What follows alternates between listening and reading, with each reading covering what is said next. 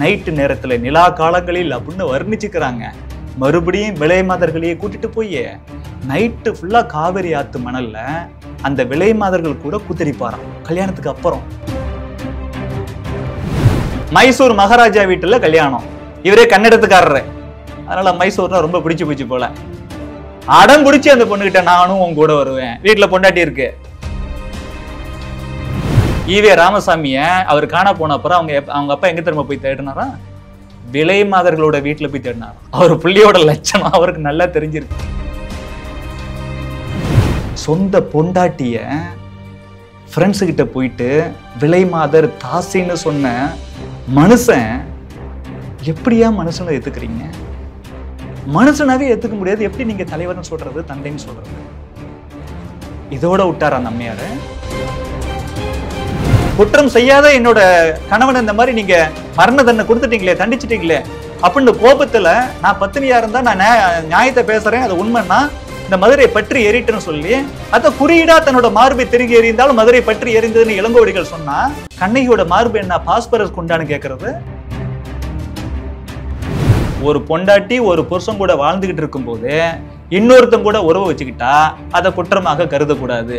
எவ்வளவு முக்கியமான விஷயத்தை தீர்மானமா போட்டிருக்காங்க பாரு. மூட நம்பிக்கை ஒழிப்பு மாடுன்னு வச்சுக்கிட்டு இந்த மாதிரி பண்றது. ஆம்பளை ஒரு முட்டாள்தனம் பண்றானா, ஏய் நீ பண்றது தப்பு, அப்படி பண்ணாதரான்னு சொல்றதுதான் பகுத்தறிவு. பொம்பளைய அவன் செய்யறது கரெக்ட், நீயும் அதே மாதிரி செய்யி, பித்துக்குளித்தனம் இல்லது. ஒரு ஆம்பளை 2 பொண்டாட்டி கட்டிக்கிறது என்னடா தப்பு இதுல அப்படிங்கிற மாதிரி பேசுறாரு. எனக்கு என்னமோ இந்த கருத்து தான் மு கருணாநிதி அவர்களுக்கு ரொம்ப பிடிச்சு போச்சுன்னு நினைக்கிறேன். ஈவேரா மணியம்மையை கல்யாணம் பண்ணி அவருக்கு குழந்தை இல்லை, ஆனா அந்த தீக்காக்களுக்கும் திமுகன்னு ஒரு குழந்தைய பெற்றுருச்சு. இவர் மோசமான குழந்தை, இவர் ஊதாரி புள்ள, ஊரை கெடுக்கிற புள்ள, தமிழ்நாட்டை கெடுக்கிற புள்ள. பொண்டாட்டி கொஞ்சம் திருப்தி கொடுக்கல, இன்பம் கொடுக்கல, அதனால என்ன செய்யணும் தெரியுமா? அப்படிப்பட்ட பொண்டாட்டியோட புருஷன் எல்லாம் அவ உன் கூட வாழும் பொழுது உன்னோட திருப்திக்காகவும் உன்னோட இன்பத்துக்காகவும் நீ இன்னொரு பொண்ணு கூட இரு, நீ இன்னொரு கல்யாணம் பண்ணு அப்படின்னு நான் தூண்டுகிறேன் அப்படின்ற.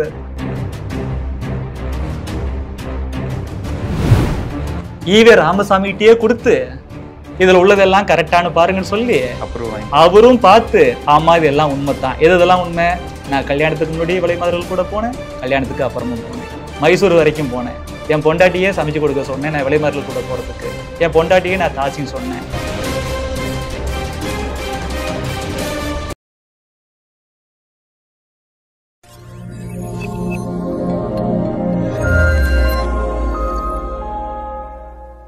தாமரை டிவி நேயர்களுக்கு வணக்கம். இன்றைய நேர்காணலில் நம்முடன் இணைந்திருக்கும் சிறப்பு விருந்தினர் தமிழக பாஜக ஓபிசி அணியின் மாநில பொதுச் செயலாளர் திரு வீர திருநாவுக்கரசு அவர்கள். சார் வணக்கம். வணக்கம். தமிழகத்தில் பெரியார் அப்படின்ற ஒரு மனிதர் வாழ்ந்து மறைஞ்சிருக்காரு. அவரை பற்றி இன்றுமும் சர்ச்சையானது போய்கிட்டே இருக்கு. குறிப்பாக முதல்ல நிறுத்துங்க, அது என்ன பெரியார்? நீங்கள் எங்கேயோ வேற இடத்துல இந்த மாதிரி சொல்லிட்டு கிடங்க, விவரம் தெரியாத யாராச்சும் பெரியார்னு சொல்லிட்டு கிடக்கட்டும். நீங்க சொல்ல வர ஆசாமி 1ஆம் கிளாஸ் படிக்கிற பையனை கேட்டா கூட ஈவேரான்னு தெரியாது, பெரியார் தான் தெரியும். அதான் 1ஆம் கிளாஸ் பையனுக்கு தான் தெரியும். எங்களெல்லாம் கடைசி வரைக்கும் 1ஆம் கிளாஸ் பையனாவே வச்சுக்கலான்னு ஆசைப்படுறீங்க. திமுக கும்பல் இதுக்கு தான் ஆசைப்படுறீங்க. திட்டமிட்டு அப்படியே செஞ்சீங்க. என் பூட்டை ஏமாந்துருக்கலாம், என் பாட்டை ஏமாந்துருக்கலாம், என் அப்பன் கூட ஏமாந்துருக்கலாம். இன்னைக்கு இருக்கக்கூடிய தலைமுறை அறிவார்ந்த இளைஞர்கள், கல்லூரி மாணவ மாணவிகள் ஏமாறத்துக்கு தயாரா இல்லை. கடைசி வரைக்கும் எங்களை 1ஆம் கிளாஸ் ஆளு மாதிரியே வச்சிருப்பீங்களா? அது முடியாது. யாரு பெரியார்?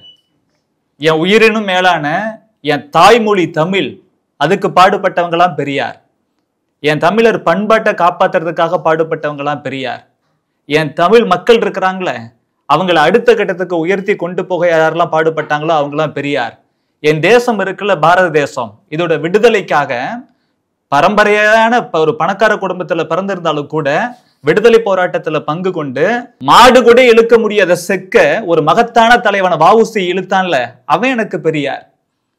கையில ரத்தம் சொட்ட சொட்ட சொட்ட ஜெயில வந்துட்டு கல் உடைக்க விட்டாங்களே இங்க வஉசி பெரியார்.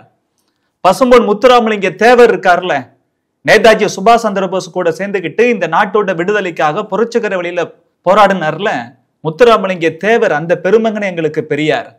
மூதறிஞர் ராஜாஜி, காந்தியின் மனசாட்சின்னு சொல்லப்பட்டார்ல அந்த ராஜாஜி எங்களுக்கு பெரியார். திருக்குறளை பத்தி அவ்வளவு வந்துட்டு உயர்வா எழுதியிருக்கிறாருல ராஜாஜி. மகாபாரதத்தையும் ராமாயணத்தையும் ரொம்ப அருமையா கொடுத்திருக்காருல ராஜாஜி. அந்த ராஜாஜி எங்களுக்கு பெரியார். நீங்க சொல்ற இத்தனை தலைவர்கள் வரலாறும் எந்த ஒரு பள்ளி பாட புத்தகத்திலும் இடம்பெறலை. அதுதான் நீங்க சொன்ன ஒரு ஆசாமி இருக்காருல்ல, நீங்க பெரியார்னு சொல்றீங்களே, அவரோட வாரிசுகள்லாம் ஆட்சியில இருக்கிறதால வஉசி, தேவர், ராஜாஜி, காமராஜர், கக்கன், சுப்பிரமணிய சிவா, நீலகண்ட பிரம்மச்சாரி, வாவேசு ஐயர், ஆரியா என்கிற பாஷ்யம், திருப்பூர் குமரன், இதெல்லாம் தெரியாம போச்சு. வாஞ்சிநாதனை தப்பா பேசுறான். இந்த நாட்டோட விடுதலைக்காக ஆங்கிலேயன் ஒருத்தனை சுட்டு கொன்னுட்டு தானும் வந்துட்டு தற்கொலை பண்ணிக்கிட்டான், உயிரை தியாகம் பண்ணான் வாஞ்சிநாதன். அவனை தப்பா பேசுது இந்த குரூப். இப்ப எங்க தேசத்திற்காகவோ எங்க மொழிக்காகவோ எங்க மக்களுக்காகவோ பாடுபடாத எந்த ஒரு ஆசாமியையும், அது ஈரோட்டு ஆசாமியா இருந்தாலும் வேற எந்த வெங்காயமா இருந்தாலும் எங்களுக்கு அவர் பெரியார் கிடையாது. என் மொழிக்கு பாடுபட்டிருக்கியா நீ பெரியார், என் மக்களுக்காக பாடுபட்டிருக்கியா நீ பெரியார், என் தேசத்தோட விடுதலைக்காக பாடுபட்டிருக்கியா நீ பெரியார். நீ என் தேசத்துக்கு எதிராக நீ போராடுவ, பாகிஸ்தான் போல திராவிடஸ்தான் தனியா வேணும்னு கேட்ப, தேச பிரிவினை பேசுவ. பல்லாயிரம் வருஷமா இந்த பாரத நாட்டுல காஷ்மீர்ல இருந்து கன்னியாகுமரி வரை கோடான கோடியினோட முன்னோர்கள் ஒரே தேசம்னு ஒற்றுமையா இருப்பான். நீ வந்து திடீர்னு மதவெறி பிடிச்சு ஒரு ஜின்னா, முகமது அலி ஜின்னா பாகிஸ்தான் பிரிச்சு கொண்டு போன மாதிரி நீ திராவிடஸ்தான்னு கேட்ப. நீ எனக்கு பெரியாரா? கல் தோன்றி மண் தோன்றா காலத்தே முன் தோன்றிய மூத்த குடின்னு சொல்லக்கூடிய என்னோட தமிழ் குடிய, என்னோட தமிழ காட்டு முராண்டின்னு சொல்லுவ, சனியன்னு சொல்லுவ. வீட்டு வேலைக்காரி கிட்ட கூட பொண்டாட்டி கிட்ட கூட நீ எல்லாத்திட்டையும் இங்கிலீஷ்லயே பேசு. இந்த தமிழ் சனியன்ல என்ன இருக்கும்ப? நீ எனக்கு பெரியாரா? என் தொல்காப்பியன்னு நீ ஆரிய கை குளிம்ப, என் திருக்குறளை தங்கத்தட்டுல வைக்கப்பட்ட மலம் சொல்லுவ, என் கம்பனை, என் கம்பராமாயணத்தை நீ குப்பன்னு சொல்லுவ. என்னோட கண்ணகி மகத்தான தலைவி, ஒவ்வொரு பெண்ணுக்கும் லட்சிய பெண்மணி, என் கண்ணகியை வந்துட்டு நீ அவமரியாதை பண்ணி பேசுவ. சிலப்பதிகாரம் எல்லாத்தையும் வந்துட்டு அவமரியாதை பண்ணி பேசுவ. நீ எனக்கு பெரியாரா? என்ன பார்வை? உன் பார்வையே மோசமான பார்வை, ஆபாச பார்வை. உன் பார்வை ஆபாச பார்வை இருக்குது. நீ வந்துட்டு அரக்கத்தனமா நடந்துட்டு இருக்கிற. உன் செயல்பாடுகள் எல்லாம் இருக்கு. ஏன் விநாயகரை ஆபாச விநாயகர்னு சொல்ற? என்ன ஆபாசம்? 1 2 வாயில சொல்ல முடியாது. அவ்வளவு மோசமான பேசி வச்சிருக்கீங்க. 1970 அன்றைய அரசாங்கம் நவம்பர் மாசம் 23ஆம் தேதி தமிழ் தாய் வாழ்த்து பாடப்படணும். அது சட்டமன்றமா இருக்கட்டும் இல்ல கல்வி நிலையங்களா இருக்கட்டும், அங்கெல்லாம் தமிழ் தாய் வாழ்த்து பாடப்படணும் சொல்லும் பொழுது நீ முட்டாள்தனம் சொல்றது. கடவுள் வாழ்த்தும் முட்டாள்தனம், தமிழ் தாய் வாழ்த்தும் முட்டாள்தனம். கடவுள் வாழ்த்து வேண்டான்னு சொல்ற, நீ அந்த இடத்துல கொண்டாந்து தமிழ் தாய் வாழ்த்து வைக்கிறியா? ஒரு முட்டாள்தனத்துக்கு பதிலாக இன்னொரு முட்டாள்தனமா? அப்படி சொன்ன நீ எனக்கு பெரியாரா? தமிழனுக்கு தலைமை தாங்க தமிழன் எவனுக்கும் தகுதி இல்லை, அதனாலதான் கன்னடத்தான் நான் வந்து நிக்கிறேன் அப்படின்னு சொல்ற நீ எனக்கு பெரியாரா? நான் எல்லா மொழி மக்களையும் மதிக்கிறோம், ஏன்னா நாங்க தேசியவாதிகள். தமிழர்களை பலரும் வந்துட்டு தேசியவாதிகள் தான் இருக்காங்க. ஒன்ன ஃபாலோ பண்ண ஒரு கும்பல் மட்டும்தான் இந்த மாதிரி பிரிவினை பேசுது. நீ பிரிவினை பேசிட்டு நான் கன்னடத்தான் வந்துட்டு தலைமை தாங்குறேன், ஏன்னா தமிழன் ஆள தமிழனுக்கு எவனுக்கும் தகுதி இல்லைன்னு சொல்ற நீ எனக்கு பெரியாரா? நீ எழுத்து சீர்திருத்தம் சொல்லிட்டு ஆங்கில எழுத்துக்களை அப்படி தமிழ் எழுத்து கூட சேர்ந்து எழுத சொல்ற நீ எனக்கு பெரியாரா? அதனால பெரியார்னு ஏத்துக்க முடியாது. பெரியார்னு சொல்றதை விடுங்க. நாம் தமிழர் கட்சி சீமான் அவர்களும் ஒரு சர்ச்சையான கருத்தை பேசுனதா சொல்லிட்டு திராவிடர் கழகம் எல்லாம் வந்து போராட்டம் பண்ணியிருக்காங்க. அந்த தாய் கூட உறவு வச்சுக்கிறது, மகள் கூட உறவு வச்சுக்கிறதெல்லாம் ஈவேரா பேசாத கருத்துக்களை சீமான் அவர்கள் பேசிட்டார் என்ற கருத்தை முன் வைக்கிறாங்க. சீமான் அவர்கள் எவ்வளவு கருத்துக்களை பேசியிருக்கிறார், அது எல்லாத்தையும் நீ மறுத்தியா? மறுக்கல. ஏன்? அவர் சொன்ன மற்றது எல்லாமே உண்மை. இந்த ஒரு விஷயம் நேரடியா புத்தகத்துல இல்ல, எனக்கு தெரிஞ்ச அளவுக்கு இல்ல, நேரடியா இந்த வார்த்தைகள் இல்ல. ஆனா அந்த கருத்துக்களை இன்ஃபர் பண்றதுக்கு மாதிரி எல்லாமே இருக்கு. அதுல இருக்கு உலகம் முழுவதும் எப்படி ஒவ்வொரு சமுதாயத்துல உறவு முறைகள் இருக்கு. புராணத்துல தந்தை மகள் கூட நீங்க புணர்ச்சி கொண்டது, குரு பத்தினி இருக்காங்களே அவங்க கூட புணர்ச்சி கொண்டது, இந்த மாதிரிலாம் இருக்குன்னு உன் கண்ணில் அது மட்டும் தான் படுமா? 2.5 மணி நேரம் ஒரு திரைப்படத்தை பாக்குறோம்னா அதுல இருக்கக்கூடிய மைய கருத்து எது, நல்ல கருத்து எது, அதானே யோசிச்சுக்கணும். அதுல சும்மா 4 குத்துப்பாட்டு போடுறான், சில விஷயம் 1 2 டபுள் மீனிங்ல பேசுறான், அதை போய் எடுத்துக்கிட்டு பேச முடியுமா? சினிமாவில் அப்படித்தான் இருக்கு, நம்மளும் அப்படி இருப்போம். யாராச்சும் நினைப்பானா? நல்ல விஷயத்தை தான் எடுத்துக்கணும்.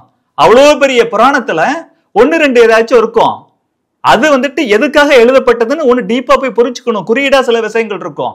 அதை விட்டுட்டு அந்த வார்த்தையை மட்டும் நீங்க கட் பண்ணி எடுத்துக்கிட்டு இப்படிலாம் இருக்குன்னு சொல்றது. ஒவ்வொரு சமுதாயத்திலையும் வேற மாதிரி இருக்கு உறவு முறைகள், எப்படிலாம் வந்துட்டு புணர்ச்சி வச்சுக்கிறாங்க, எல்லாத்தையும் சொல்லிட்டு நிறையவே என்ன சொல்றாரு, இந்த விஷயத்துல மானங்க என்னெல்லாம் பார்க்க வேண்டாம், விலங்குகள் கூட எல்லாம் கம்பேர் பண்ணி அந்த மாதிரிலாம் சொல்றாரு. மனுஷனுக்கும் விலங்குகளுக்கு வித்தியாசம் இல்லை. அதனாலதான் நீ மனுஷனாங்கிற முதல்ல, நீ பெரியாங்கிறது அடுத்தது. நீ மனுஷனா முதல்ல? என்ன பேச்சு இது? விலங்குகள்லாம் அப்படி இருக்குன்னு ஏன் மனிதனை போய் விலங்குகள் கூட கம்பேர் பண்ற? சரி, மனிதனே இவ்வளவு பேர் இருக்கிறோம், கோடிக்கணக்கான பேர் இருக்கிறோம். ஒவ்வொரு குழுவும் ஒவ்வொரு மாதிரி வந்துட்டு நடைமுறை வச்சிருந்திருக்கோம். இது வந்துட்டு ஆப்பிரிக்காவில் தோன்றிய மனித இனம் அப்படியே இந்தியாவோட சதன் பார்ட்டுக்கு வந்து சவுத் இந்தியால இருந்து ஃபுல்லா நார்த் ஃபுல்லா பரவணிச்சு அப்படின்னு ஆந்த்ரோபாலஜிக்கல் ஸ்டடி சொல்லுது. அதனால இந்த மண்ணுல இருக்கிறவன் ஆதிக்குடி, அவன் ஒண்ணா எவால்வ் ஆகி மேல வந்திருப்பான், நல்ல கருத்துக்களை சொல்லியிருப்பான். ஒரு மனுஷனே 20 வயசுல வேற மாதிரி சிந்திப்பான், 70 வயசுல வேற மாதிரி மெச்சூரிட்டியோட அந்த முதிர்ச்சியோட சிந்திப்பான். அவன் அப்படி மேல வரும் பொழுது அவன் என்ன சொல்றானோ நிறைவா அதுதான் சரி. மகாத்மா காந்திஜி சொல்றார், நான் ஒரு விஷயத்தை பத்தி என்னோட சின்ன வயசுல ஒரு மாதிரி சொல்லி இப்ப நான் வேற மாதிரி சொல்றேன்னா, நான் கடைசியா எப்படி சொன்னேனோ அதை ஏத்துக்கோ. ஏன்னா என்னோட முதிர்ச்சியில என்னோட அனுபவத்துல நான் பல்வேறு விஷயங்களை உணர்ந்திருக்கேன் அப்படிங்கிறார். அப்ப இந்த மண்ணுல ஏற்கனவே மனித இனம் தோன்றி இங்க வந்ததால கொஞ்சம் கொஞ்சமா ட்ரையல் அண்ட் எரர் மெத்தட்ல அவனோட அனுபவத்துல அந்த ஞானத்துல நல்ல விஷயங்களை சொல்லி கொடுத்திருக்கிறான். நீங்க அதை எடுத்துக்கணும்ல. அதை விட்டுட்டு உலகம் முழுவதும் எங்கெல்லாம் வந்துட்டு இப்படி இருக்கு அப்படி இருக்கு, அது எதுக்கு சார்? ஓ மண்ணுல தமிழ் இலக்கியத்துல இல்லாததா, பாரத நாட்டுல இல்லாததா பல்வேறு நல்ல விஷயங்களை சொல்லி வச்சுட்டு போயிருக்கிறாங்களா, அதை எடுத்துட்டு நீங்க சமுதாயத்தை வழி நடத்துவீங்களா? உலகம் முழுவதும் இப்படி வச்சிருக்கிறாங்க. அப்பா மக கூட வந்துட்டு உறவு கொள்றா, பெற்ற தாய் கூட வந்துட்டு உறவு கொள்றாங்க, இப்படிலாம் இருந்திருக்குது. அதனால இதுல மானங்கன்னெல்லாம் பார்க்க வேண்டாம். இப்ப பாருங்க, எங்கேயாச்சும் நீங்க நியூஸ்ல ஒரு தகவல் வரும், ரொம்ப தூரத்து சொந்தமா இருக்கும், அண்ணன் தங்க அப்படிங்கிற மாதிரி உறவா இருக்கும். ஆனா இவங்க 2 பேரும் என்ன செஞ்சிருப்பாங்க, எப்படியோ பழக்கம் ஏற்பட்டு இவங்க கல்யாணம் பண்ணிப்பாங்க. இதை தெரிஞ்சு ஐயோ வந்துட்டு அண்ணன் போய் தங்கச்சி உறவு முறை கொண்ட ஒரு பொண்ணு இந்த மாதிரி கல்யாணம் பண்ணிட்டான்னு சொல்லி சண்டை போடுவான். அது ஒரு மான பிரச்சனையே ஆகும். அப்போ முறைப்படி ஒரு விஷயத்த செய்யாம உங்க இஷ்டத்துக்கு ஆண் பெண் இது போதும் வேற எதையும் பார்க்க வேண்டாம் அப்படின்னு நினைச்சா அது மான பிரச்சனை. இவர் மானெல்லாம் பார்க்க வேண்டாம். நாம என்ன சொல்லுவோம், முறை தவறி போனா இல்ல அறம் சாராம போனா இல்லீகலா போனா கடவுள் தண்டிப்பாடுறா, சட்டத்துல கூட நம்ம வந்துட்டு தப்பிச்சுக்கலாம்டா தெரியாம, கடவுள் தண்டிப்பாடுறா, அப்பெல்லாம் பார்த்து மனுஷன் தப்பு பண்ணாம இருப்பான். இவர் என்ன சொல்றாரு, அதுல கடவுள் தண்டெல்லாம் பார்க்க வேண்டாம், நம்ம நன்மை தீமையெல்லாம் பார்ப்போம். இது நல்லது, இது கெட்டது, இது சரி, இது தவறு, இது பாவம், இது புண்ணியம். அவர்ல நன்மை தீமையெல்லாம் பார்க்க வேண்டாம். இதுல வந்துட்டு பாவம் புண்ணியம் எல்லாம் பார்க்க வேண்டாம், கடவுள் தண்டனை கொடுப்பாரெல்லாம் பார்க்க வேண்டாம், மானெல்லாம் பார்க்க வேண்டாம். இதுல என்ன நம்ம தெரிஞ்சுக்க வேண்டியது இருக்குன்னா, உலகம் முழுவதும் இந்த புணர்ச்சி விஷயத்துல ஆண் பெண் உறவு விஷயத்துல அப்படி இருக்கு இப்படி இருக்கு, புராணத்துல இப்படி இருக்கு, அதனால நீ நல்லது கெட்டதோ பாவம் புண்ணியமோ எதுவுமே பார்க்க வேண்டாம், சமயோஜிதமா நடந்துக்கு அப்படின்றாரு. என்ன அது சமயோஜிதம்? சமயத்துக்கு ஏத்த மாதிரி நடந்துக்கிறது. என்ன கொடுமை இது? அப்ப நீ எங்கேயே இருக்கிற, யாருக்கும் தெரியாம ஏதாச்சும், என்ன முட்டாள்தனம் இது? எப்படிங்க அவர் நம்ம பெரியார்னு ஏத்துக்க முடியும்? இந்த கருத்துக்கள்லாம் கொஞ்சம் கூட ஏற்றுக்கொள்ளக்கூடிய கருத்தே கிடையாது. இன்னைக்கு நீதிமன்றமும் கண்டனம் தெரிவிச்சிருக்காங்க. இது சமூக பதற்றத்தை ஏற்படுத்தக்கூடிய கருத்தா இருக்கு. நான் நீதிமன்றம் சொன்னதை அப்படியே ஏத்துக்கிறேன். ஏன்னா ஈவே ராமசாமி இவ்வளவு மோசமா பேசி வச்சிருக்காரு, இது எல்லாருக்கும் ரீச் ஆகுது, சமூகத்துல ஒரு பதற்றம் வருது. ஐயோ ஈவே ராமசாமி இவ்வளவு மோசமான ஆளா இப்படிலாம் சொல்லி வச்சிருக்காரு. பண்ண வேண்டிய கருத்தா இல்ல தேசியமயம் ஆக்கப்பட வேண்டிய கருத்தா? இதுல 2 விஷயம் இருக்குங்க. இவங்க பெரியார் பெரியார் பெரியார் சொல்றாங்கல்ல, உண்மைக்கு மாறா இல்லாத பொருளாதெல்லாம் அவர் அவ்வளவு நல்லவர், அவ்வளவு உத்தமரு, அவர் இல்லைன்னா ஒண்ணுமே இல்ல, தமிழனுக்கு பல்லு விளக்கவே தெரியாது, தமிழனுக்கு குளிக்கவே தெரியாது. உண்மையாவே அவர் தான் பல்லு விளக்க மாட்டாரு. ஏன் இந்த கேள்வி? உண்மையாவே அவர் தான் குளிக்க மாட்டாரு. ஏன் இந்த கேள்வி கேட்டனாக்க, இது போன்ற கருத்துக்கள் அடுத்தடுத்த தலைமுறைக்கு இங்க கடத்திக்கிட்டு இருக்காங்க. அதனால இது போன்ற கருத்துக்களுக்கு தடை விதிக்க வேண்டிய அவசியம் இருக்கு. சார் நீங்க நல்லா புரிஞ்சுக்கணும், ஒவ்வொரு மனிதனுக்கும் சுதந்திரம் இருக்கு. நீங்க என்ன சொல்றீங்க, ஈவே ராமசாமி அவர்கள் குறித்து ஏதாச்சும் விமர்சனம் வச்சா மட்டும்தான், வச்சா இவர் என்ன சொல்றாங்க, செத்து போயிட்டாரு, அவரை பத்தி இப்ப ஏன் பேசுறீங்க அப்படின்னு. நீங்க இது பெரியார்மன், நாங்க பெரியாரோட வாரிசுகள் சொல்லும் போது நீங்க யார வந்துட்டு உங்களோட தந்தைன்னு சொல்றீங்களோ, அவரு யார வந்துட்டு உங்களோட தலைவர்னு சொல்றீங்களோ, அவர் என்னென்னலாம் சொல்லியிருக்காரு, அவரு எப்படா தமிழர் தலைவரா ஆக முடியும், அவரு எப்படி சார் வந்துட்டு தமிழர்களுக்கு தந்தை ஆக முடியும், இந்த தமிழக மண்ணை நீ எப்படி வந்துட்டு அவரு மண்ணுன்னு சொல்லுவ, அவர் இவ்வளவு மோசமா பேசியிருக்காருன்னு சொல்ல வேண்டிய கட்டாயம் இருக்கா இல்லையா? அவர் சொன்னதுதான் சார் சொல்றோம். அப்ப நீங்க வந்துட்டு அவரை பத்தி அவர் செய்யாத சொல்லாத நல்ல விஷயத்தெல்லாம் அவர் தான் செஞ்சாருன்னு சொல்றது, அவர் சொல்லியிருக்கிற உண்மையெல்லாம் நாம எடுத்து வச்சோம்னா தவறுன்னு சொல்றது, இது என்ன சார் நியாயம்? இப்ப யாராச்சும் ஒருத்தர், அது சீமான் அண்ணனா இருக்கட்டும் இல்ல வேற யாராச்சும் இருக்கட்டும், ஈவே ராமசாமி அவர்கள் சொல்லாத விஷயத்தை எல்லாம் சொல்லி அவர் இப்படி சொன்னதா இவர் சொல்றாரு அப்படின்னா நீங்க கண்டிங்க சார். இருக்கிறத அப்படியே சொல்லும் பொழுது ஏன் சமுதாயத்துல எங்க பதற்றம் வருது? மக்களுக்கு உண்மை புரியட்டும். அவர் ஒரு அவார்டு வாங்கல யுனெஸ்கோல, யுனெஸ்கோவே அவருக்கு அவார்டு கொடுத்துச்சுன்னு சொல்லி நீங்க ஸ்கூல் டெக்ஸ்ட் புக்ல சிலபஸ்ல வச்சுட்டீங்களே, அதை நாங்க கொஸ்டின் பண்ணாம போயிருந்தோம்னா என்ன இருக்கும்? ஏன் வரலாறு நீங்க மறைக்கிறீங்க? அதனால சமூக பதற்றம் வருதுன்னு நீதிமன்றம் சொல்றது சரி. என்ன மாதிரி மக்கள் மத்தியில ஒரு பதற்றம் வந்திருக்குன்னா, இவரை போய் நம்ம தந்தை பெரியாருன்னு சொல்லிட்டு இருந்துட்டோமே, நம்ம தமிழ் மண் பெரியார் மண்ணுன்னு எவனோ சொல்றதை கேட்டு நம்ம தப்பா இது வரைக்கும் நினைச்சுக்கிட்டு இருந்துட்டோமே. மக்கள் கிட்ட போய் கேட்டீங்கன்னாக்க பெண் விடுதலை யார் வாங்கி கொடுத்தாங்கன்னாக்க பெரியார் தானே சொல்லுவாங்க. சாமானிய மக்களுக்கு அப்படிதான் சார் சொல்லி கொடுக்கப்பட்டிருக்கு. இப்ப நீங்க சாதாரண மக்கள்கிட்ட போயிட்டு பெண் விடுதலைக்கு இவர் பாடுபட்டார் அப்படின்னு சொல்றீங்க. ஆனா இவர் பெண்கள் விஷயத்துல எப்படி இப்படி நடந்துகிட்டாருங்கிற விஷயத்த சொன்னா தமிழகத்துல இருக்கக்கூடிய ஒரு தமிழச்சி கூட ஈவே ராமசாமியை ஏத்துக்க மாட்டாங்க. உதாரணத்துக்கு நான் 1-2 சொல்லட்டோமா? இவர் சின்ன வயசுலயே இவர் சொல்றாரு, நான் மைனரா காளியா சீமானா சுத்திக்கிட்டு இருந்த காலகட்டத்துல நாம சொல்லல பெரியார் பெரிய மைனர்னு நாம சொல்லல. ஈவே ராமசாமி காளியா சுத்திட்டு இருந்தாரு நாம சொல்லல. ஈவே ராமசாமி சீமானா சுத்திட்டு இருந்தாரு நாம சொல்லல. இந்த சீமான் இல்ல, சீமான் பெரிய சீமான். சீமான் செல்வ செழிப்பு உள்ள சீமான்களை என்ன செய்வாங்க, தேவையில்லாத விஷயத்துல ஈடுபடுவான். இவரு போன்ற சில பேர் நான் காளியா சுத்திக்கிட்டு இருந்தேன்னு சொல்றாருல, அந்த மாதிரி காளியா சுத்திக்கிட்டு இருந்த சில நண்பர்கள் இருப்பாங்கல்ல, அவங்க எல்லாம் கூட்டிட்டு நைட்டு விலை மாதர்கள் வீட்டிலேயே கிடப்பாங்க அப்படி சொல்லி பதிவு பண்ணப்பட்டு இருக்கு. இவர் இந்த மாதிரி விலை மாதர்கள்ட்டே போயிட்டு இருக்காங்களே சொல்லி இவங்களோட அம்மா அப்பா அவங்க வைணவ குடும்பம், வைணவ பக்தி நெறியில வந்துட்டு ரொம்ப தொய்ந்தவங்க. அவங்க பார்த்தாங்க, ஆகா 19 வயசாயிடுச்சு, இவன் எப்ப பார்த்தாலும் விலை மாதர் வீட்டிலேயே குடியே கிடக்குறான், நாம என்ன செஞ்சிடணும், ஒரு கல்யாணம் பண்ணி வச்சுட்டோம்னா சரியாயிடும் சொல்லி அவங்க கொஞ்சம் பணக்கார குடும்பம், அவங்க பொருளாதார நிலைக்கு ஏற்ற மாதிரி எக்கனாமிக் ஸ்டேட்டஸுக்கு தகுந்த மாதிரி ஒரு நல்ல குடும்பத்துல பொண்ணு எடுக்கலான்னு போகும்போது இவருக்கு அது தெரிஞ்சு பேரண்ட்ஸ் கிட்ட போயிட்டு நீங்க சொல்ற பொண்ணு நான் கல்யாணம் பண்ணிக்க மாட்டேன் ஏன்னு கேட்டிருக்கிறாங்க. அதுக்கு என்ன சொல்லியிருக்காரு, நான் ஏற்கனவே நாகம்மாள்னு ஒரு பொண்ணை நேசிச்சுக்கிட்டு இருக்கிறேன், கல்யாணம் பண்ணா அந்த பொண்ணை தான் கல்யாணம் பண்ணுவேன். ஏற்கனவே ஒரு பொண்ணை லவ் பண்ணிட்டு இருக்கிற ஒருத்தன் விலை மாதர்கள் கூட போய் குடியிருப்பானா, இதே பொழப்பா வச்சிருப்பானா? இத கேள்விப்படுற இந்த உண்மையை தெரிஞ்ச தமிழச்சி ஒருத்தியாவது இவர் ஏத்துக்க முடியுங்களா? ஒவ்வொரு பெண்ணும் நினைச்சு பார்க்கணும், கல்யாணம் ஆகாத ஒவ்வொரு தங்கையும் ஒவ்வொரு சகோதரியும் நினைச்சு பாருங்க. நீங்க ஒரு பையனை லவ் பண்றீங்க, உங்களை லவ் பண்ணிக்கிட்டே அவன் ப்ராஸ்டிடியூட் கூட போய் டெய்லியும் இந்த மாதிரி தகாத வேலை பண்றானா, அவனை ஏத்துப்பீங்களா? எப்படி ஏத்துக்க முடியும்? சரின்னு கல்யாணம் பண்ணி வச்சாச்சுங்க, நாகம்மாளையே கல்யாணம் பண்ணி வச்சாச்சு. சரி, கல்யாணம் பண்றதுக்கு முன்னாடி ஏதோ வயசு கோளாறு தப்பு பண்ணிட்டான், அதுக்கப்புறம் சரியாயிடுவான். ஊர்ல சும்மா சொத்துறவனுக்கு கால் கட்டு போடுவோம் சரியாயிடும்பாங்க, கல்யாணம் பண்ணி வைக்கிறதான் கால் கட்டும்பாங்க. இவரு கல்யாணத்துக்கு அப்புறமும் மறுபடியும் காலியா சுத்திக்கிட்டு இருந்த சில நண்பர்களோட சேர்ந்து நைட்டு நேரத்துல நிலா காலங்களில் அப்படின்னு வர்ணிச்சுக்கிறாங்க.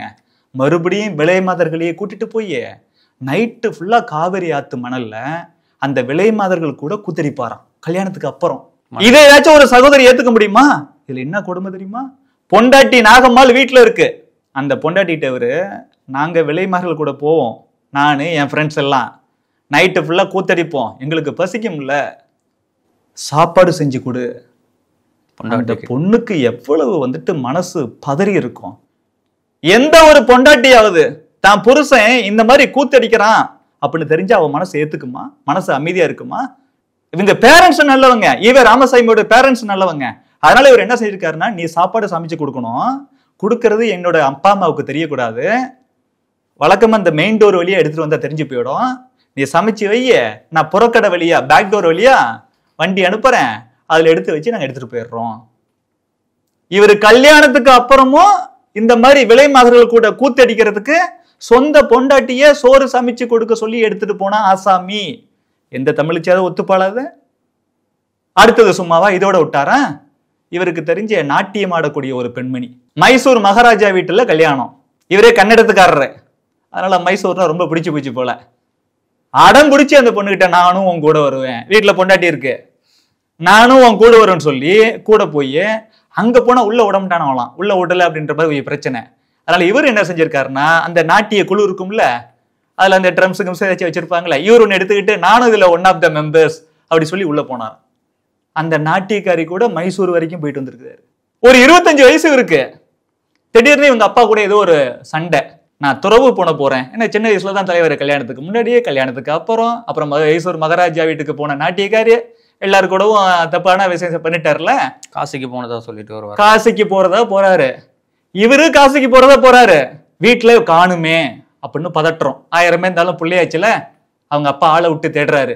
நாமெல்லாம் காண போயிட்டோம்னா வீட்டுல எங்க போய் தேடுவாங்க? சொந்தக்காரங்க வீட்டுல எங்கேயாச்சும் இருக்கானா, ஃப்ரெண்ட்ஸ் வீட்டுல எங்கேயாச்சும் இருக்கிறானா, ஸ்கூல் கூட படிச்ச ஃப்ரெண்ட்ஸு, காலேஜில் படிச்ச ஃப்ரெண்ட்ஸு, இந்த மாதிரி தானே யோசிப்பாங்க. ஈவே ராமசாமிய அவர் காணா போன அப்புறம் அவங்க அப்பா எங்க திரும்ப போய் தேடினாரா? விலை மாதர்களோட வீட்டுல போய் தேடினாராம். அவர் புள்ளியோட லட்சணம் அவருக்கு நல்லா தெரிஞ்சிருக்கு. இப்படிப்பட்ட ஆசாமி யாராச்சும் பெரியார்னு சொல்லுவீங்களா? தந்தை பெரியார்னு ஏத்துக்க முடியுமா? உங்க அப்பா அப்படி இருந்தா யாராச்சும் ஏத்துப்பீங்களா? எந்த அப்பனா இப்படி இருப்பானே? இப்படிப்பட்ட ஆசாமி நீங்க என்ன சொல்லுவீங்க? எவ்வளவு ஒழுக்கக்கேடு இதெல்லாம். அவரோட பர்சனல் லைஃபுங்க. பப்ளிக் லைஃப்ல எப்படி இருந்தா தெரியுமா அப்படின்னு ஒரு உருட்டு வரும். He who is in public life does not have private life. பொது வாழ்க்கையில இருக்கிறவனுக்கு தனிப்பட்ட வாழ்க்கைங்கிறதே கிடையாது, எல்லாத்தையும் பேசுவாங்க. அப்ப இவருக்கு மட்டும் இதெல்லாம் உண்டா? அவர் ஒரு சுயநலவாதி கிடையாதுங்கிற. அவர் சுயநலவாதி தான். இந்த பெண்கள் விஷயத்துல என்ன ஒண்ணு, கல்யாணம் பண்ணி அந்த ஒய்ஃப் நாகம்மாள் இருக்கு. இவர் பெரிய பகுத்தறிவு பகலவன் இல்லையா? ஊர் ஃபுல்லா வந்துட்டு மாத்துறாருல. அன்னையிலேருந்து இன்னைக்கு வரைக்கும் சொந்த குடும்பத்தையே மாத்த முடியல இந்த திமுக ஆட்களால. இவர் சொந்த பொண்டாட்டி என்ன பாடுபடுத்தினார் தெரியுமா? கொள்கை கோட்பாடு சொல்லி இந்த திமுக காரங்களாம் ஊர் குடும்பத்தெல்லாம் மாத்துறதுக்கு முயற்சி பண்ணுவாங்க, சொந்த குடும்பத்தை மாத்த முடியாது. உதாரணத்துக்கு பார்த்தோம்னா மு.க. ஸ்டாலினோட ஒய்ஃப் அந்த அம்மையா இருக்கிறாங்களா, துர்கா அம்மா, அவங்கள வணங்குறோம், நல்ல அம்மா. அவங்க வந்துட்டு பாத்தீங்கன்னா கோயிலுக்குள்ள போவாங்க. ஆனா ஸ்டாலின் இருக்கட்டும், மு.க. ஸ்டாலின் இருக்கட்டும், நம்மளோட இந்து மதத்தை பத்தி கொச்சையா பேசுவாங்க. கனிமொழி வந்துட்டு நம்மளோட கோயிலை பத்தி சாமி பத்தி தவறா பேசுவாங்க, விமர்சனம் பண்ணுவாங்க. சொந்த வீட்டை மாத்த முடியுது. அந்த மாதிரி ஈவே ராமசாமியும். ஈவே ராமசாமி என்ன செஞ்சாரு? இவர் பகுத்தறிவுவாதி. ஆனா அந்த அம்மையார் வந்துட்டு பக்தி உள்ள அம்மையார், நாகம்மாள். நாகம்மைன்னு சொன்னாதான் இப்ப எல்லாருக்கும் தெரியும். நாகம்மாள் நாகம்மைன்னு மாத்திட்டாங்க. அந்த அம்மா உண்மையிலே நல்ல அம்மா தான். அந்த அம்மா கோயிலுக்கு போயிருக்காங்க. நம்ம கிராமத்துல உள்ளவங்க என்ன செய்வாங்க, கூட அந்த பக்கத்து வீட்டுல உள்ளவங்க, நம்ம தெருவுல பக்கத்துல கொஞ்சம் பேர் இருப்பாங்களா, எல்லாரும் சேர்ந்தாங்க கோயிலுக்கு போவாங்க. இவர் இல்ல, நம்ம இவங்களை வந்துட்டு கோயிலுக்கு போறத விடாம தடுக்கணும். தடுக்கணும்னா நீங்க எப்படி சார் தடுக்கணும்? இது பகுத்தறிவு, இது மூட நம்பிக்கை அப்படின்னு சொல்லி உங்க கருத்துக்களை புரிய வச்சு மனமாற்றம் பண்ணுங்க. அப்படி அவங்க மாறினா நமக்கு பிரச்சனை இல்லை. இவர் என்ன தெரியுமா செய்யறாரு? அப்படிலாம் மாத்த முடியல. அதனால கோயிலுக்கு இவங்க போயிருக்கிறாங்களே, இவரு கூட மறுபடியும் இந்த காளி பசங்க கொஞ்சம் பேர் இருப்பாங்களே, இனம் இனத்து தானே செய்யறோம், அவங்க எல்லாம் ஒன்னா சேர்ந்துக்கிட்டு இவங்களும் கோயிலுக்கு போறது. இவர் இல்ல, இவங்க ஃப்ரெண்ட்ஸுக்கு இவரோட ஒய்ஃப் யாருன்னு தெரியாது. இவர் தன்னோட ஃப்ரெண்ட்ஸு கிட்ட, டேய் நம்ம ஊருக்கு புதுசா ஒரு தாசி வந்திருக்கா. தாசினா யாரு?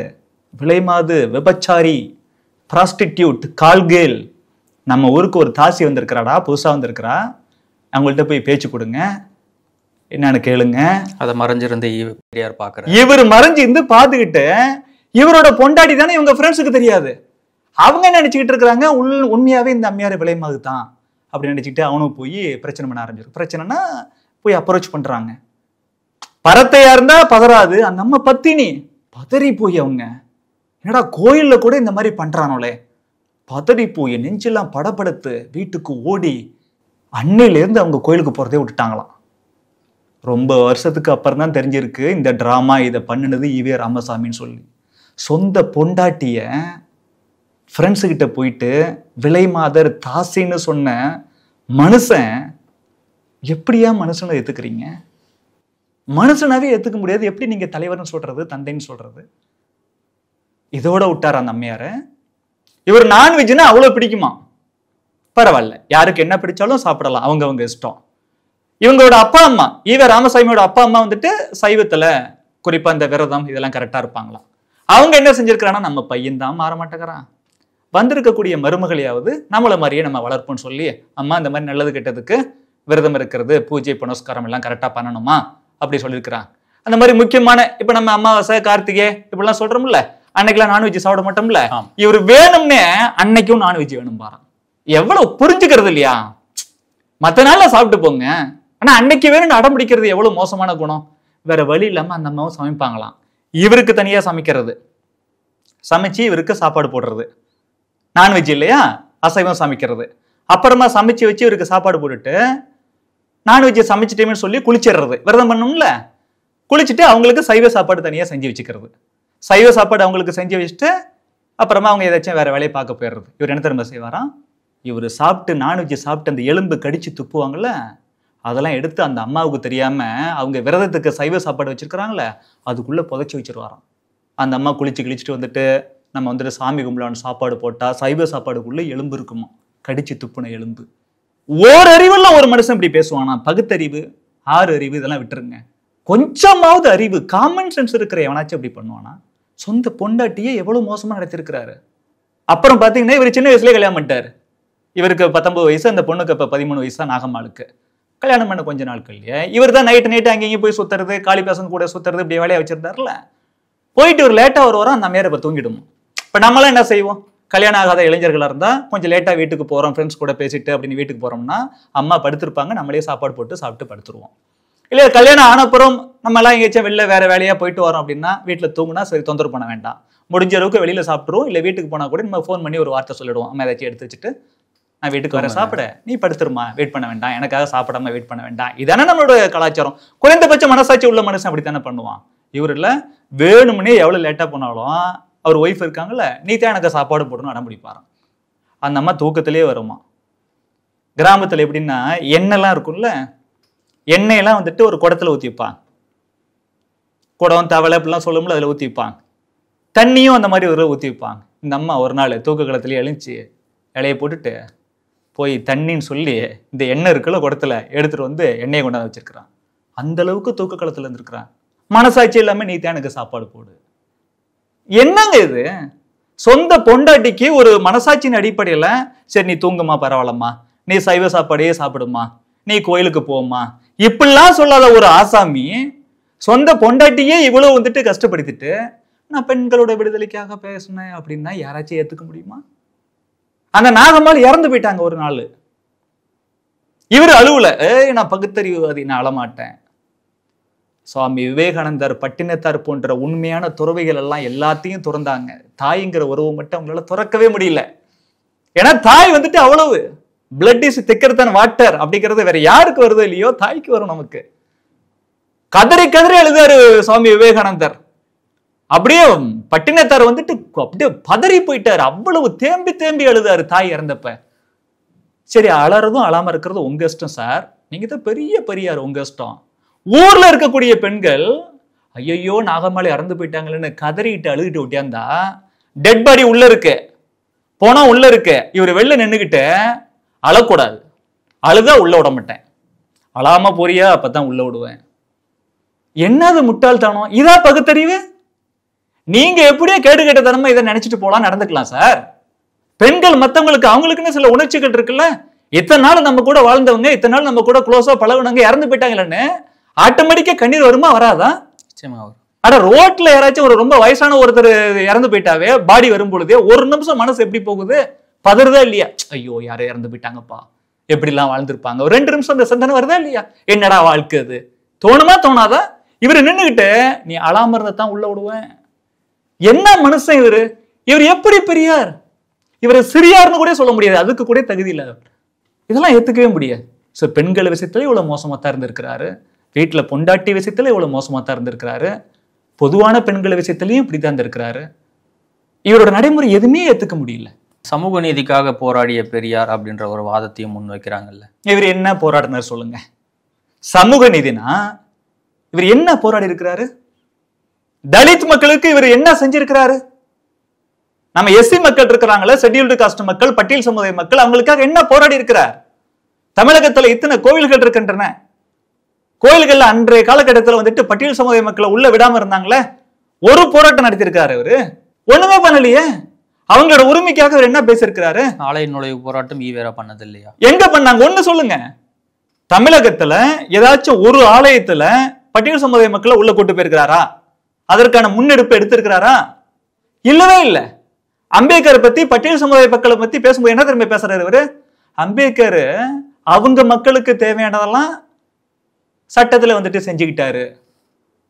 அவங்க மக்களாம் பட்டியல் சமுதாய மக்கள் நம்ம மக்கள் இல்லையா? நம்மளோட சகோதர சகோதரிகள் இல்லையா? நம்மளோட தோழர் தோழிகள் இல்லையா? இந்த மண்ணின் மைந்தர்கள் இல்லையா? அவங்க மக்களுக்குலான்றாரு. அப்ப நாம வேற, பட்டியல் சமுதாய மக்களை வேறன்னு நினைச்சது யாரு? இவ ராமசாமி. இன்னும் சொல்லட்டமா, முரசொலியில மு கருணாநிதி அவர்களே பெரியார் பத்தி இந்த கார்ட்டூன் போட்டிருக்கிறார். சில வார்த்தைகளை பயன்படுத்த முடியல. பறையர், பல்லர், இப்படி 1008 ஜாதி இருக்குல்ல பட்டியல் சமுதாயத்திலேயே. அது போல பிசி எம்பிசிலயும் 1008 ஜாதி இப்படி நிறைய இருக்கும். இவர் என்ன தெரியுமா சொல்றாரு? நம்ம பறைய சமுதாய பெண்கள் இருக்கிறாங்களா, தாய்மார்கள், இவர் சொன்ன வார்த்தையை கொச்சான வார்த்தையை நான் வந்துட்டு பயன்படுத்தல. ஓகே, அது மீனிங்கை மட்டும் நான் சொல்றேன். பறையர் சமுதாயத்தை சார்ந்த பெண்கள் எல்லாம் ரவிக்க ஜாக்கெட் போட ஆரம்பிச்சதால தான் துணி வேலை அதிகமாயிடுச்சு. நான் ரொம்ப சாதாரணமா அந்த கருத்தை மட்டும் டீசெண்டா சொல்றேன். அவ்வளவு கொச்சையா பேசியிருக்கிறாரு. என்ன சமூக நீதி? இப்ப வேலையில்லா திண்டாட்டம் அதிகமாச்சு அப்படின்னா பல்லர்கள் பறையர்கள்லாம் படிச்சு வேலைக்கு வராங்க, அதனால தான் நமக்கு வேலை வாய்ப்பு கிடைக்கல. என்னங்க இது? இதுதான் சமூக நீதியா? இதான் சமூக நீதி? முஸ்லீம் பத்தி என்ன தெரியுமா சொல்றாரு? கிறிஸ்தவர்கள் பத்தி என்ன தெரியுமா சொல்றாரு? சிறுபான்மை மக்களை பத்தி. முஸ்லீம் பாருங்க, கிறிஸ்டின் முஸ்லீம்லாம் சிறுபான்மைன்னு சொல்லிக்கிட்டு இந்த நாட்டோட உரிமைகள் எல்லாத்தையும் அவங்க வந்துட்டு இந்த நாட்டுல பல்வேறு உரிமைகளை அனுபவிக்கிறாங்க. ஒண்ணுமே வேலை செய்யாம அவங்க நிறைய என்ஜாய் பண்றாங்க. இதை நம்ம விமர்சனம் பண்ணா சிறுபான்மையினருக்கு உரிமை இல்லையான்னு கேட்கறாங்க. யாரு நாட்டுல யாருக்கு உரிமைங்கிறாரு? முஸ்லிம்களும் கிறிஸ்தவர்களும் இந்தியர்கள் இல்ல, தமிழர்கள் இல்லைன்னு சொல்லி ராமசாமி சொல்றாருங்க. எப்படிங்க ஏத்துக்க முடியுது? இஸ்லாமும் கிறிஸ்தவமும் வெளிநாட்டில இருந்து வந்த மதங்கள், அதுல சந்தேகம் இல்லை. ஆனா இங்க இருக்கக்கூடிய முஸ்லீமும் இங்க இருக்கக்கூடிய கிறிஸ்தவனும் இந்த மண்ணின் மைந்தன். இந்து எப்படி இந்த மண்ணின் மைந்தனோ முஸ்லீமும் அப்படித்தான், கிறிஸ்டியனும் அப்படித்தான். இதைத்தான் RSS சொல்லுது, பிஜேபியும் சொல்லுது. ஆனா ராமசாமி என்ன சொல்றாரு? யாரோட நாட்டுல யாருக்கு உரிமை அப்படின்றாரு. எப்படி ஏத்துக்க முடியும்? அப்புறம் என்ன சமூக நீதி? சிறுபான்மை மக்களுக்கு சமூக நீதி அப்படின்னா பெரும்பான்மை மக்களுக்கு இருக்கக்கூடிய அதே உரிமை சிறுபான்மை மக்களுக்கும் இருக்கணும்னு சொல்றதுதான் சமூக நீதி. இவர் என்ன செஞ்சாரு? சார், சமூக நீதிக்கு இவர் பாடுபட்டாருன்னா இவர் என்ன, எந்த பொசிஷன்ல இருந்தாரு? இவர் என்ன செஞ்சாரு? அண்ணல் அம்பேத்கர் அவர்கள் உருவாக்கி கொடுத்த அரசியலமைப்பு சட்டப்படி அதுல அன்றைக்கு தேசிய தலைவராக இருந்த பெருந்தலைவர் காமராஜர் உள்ளிட்ட தலைவர்கள் எல்லாம் சேர்ந்து தான் சட்டத்துல வந்துட்டு திருத்தம் கொண்டு வந்து கான்ஸ்டிடியூஷனல் அமெண்ட்மெண்ட் கொண்டு வந்து அதுல ஓபிசிக்கெல்லாம் ரிசர்வேஷன் கொண்டு வர்றதுக்கோ அந்த மாதிரிலாம் அவங்க தான் முயற்சி பண்ணாங்க ஒழிய இவங்க என்ன பண்ணாங்க? என்ன வருது? அவர் பிரைம் மினிஸ்டரா இல்ல சீஃப் மினிஸ்டரா? என்ன பண்ணாரு அவரு? ஆனால் அம்பேத்கர் போல மிகப்பெரிய சட்ட அறிஞரா? சமுதாயம் பத்தி நல்லா தெரிஞ்சவரா? இவர் ஒண்ணுமே பண்ணல. யாரோ ஏதோ பண்ணதுக்கு நல்ல காரியங்கள்லாம் இவர் கிரெடிட் எடுத்துக்கிறது. சமூக நீதிக்கும் ராமசாமிக்கும் சம்மந்தமே கிடையாது. இல்ல, ஆலய நுழைவு போராட்டம் பண்ணல அப்படின்றத சொன்னீங்க.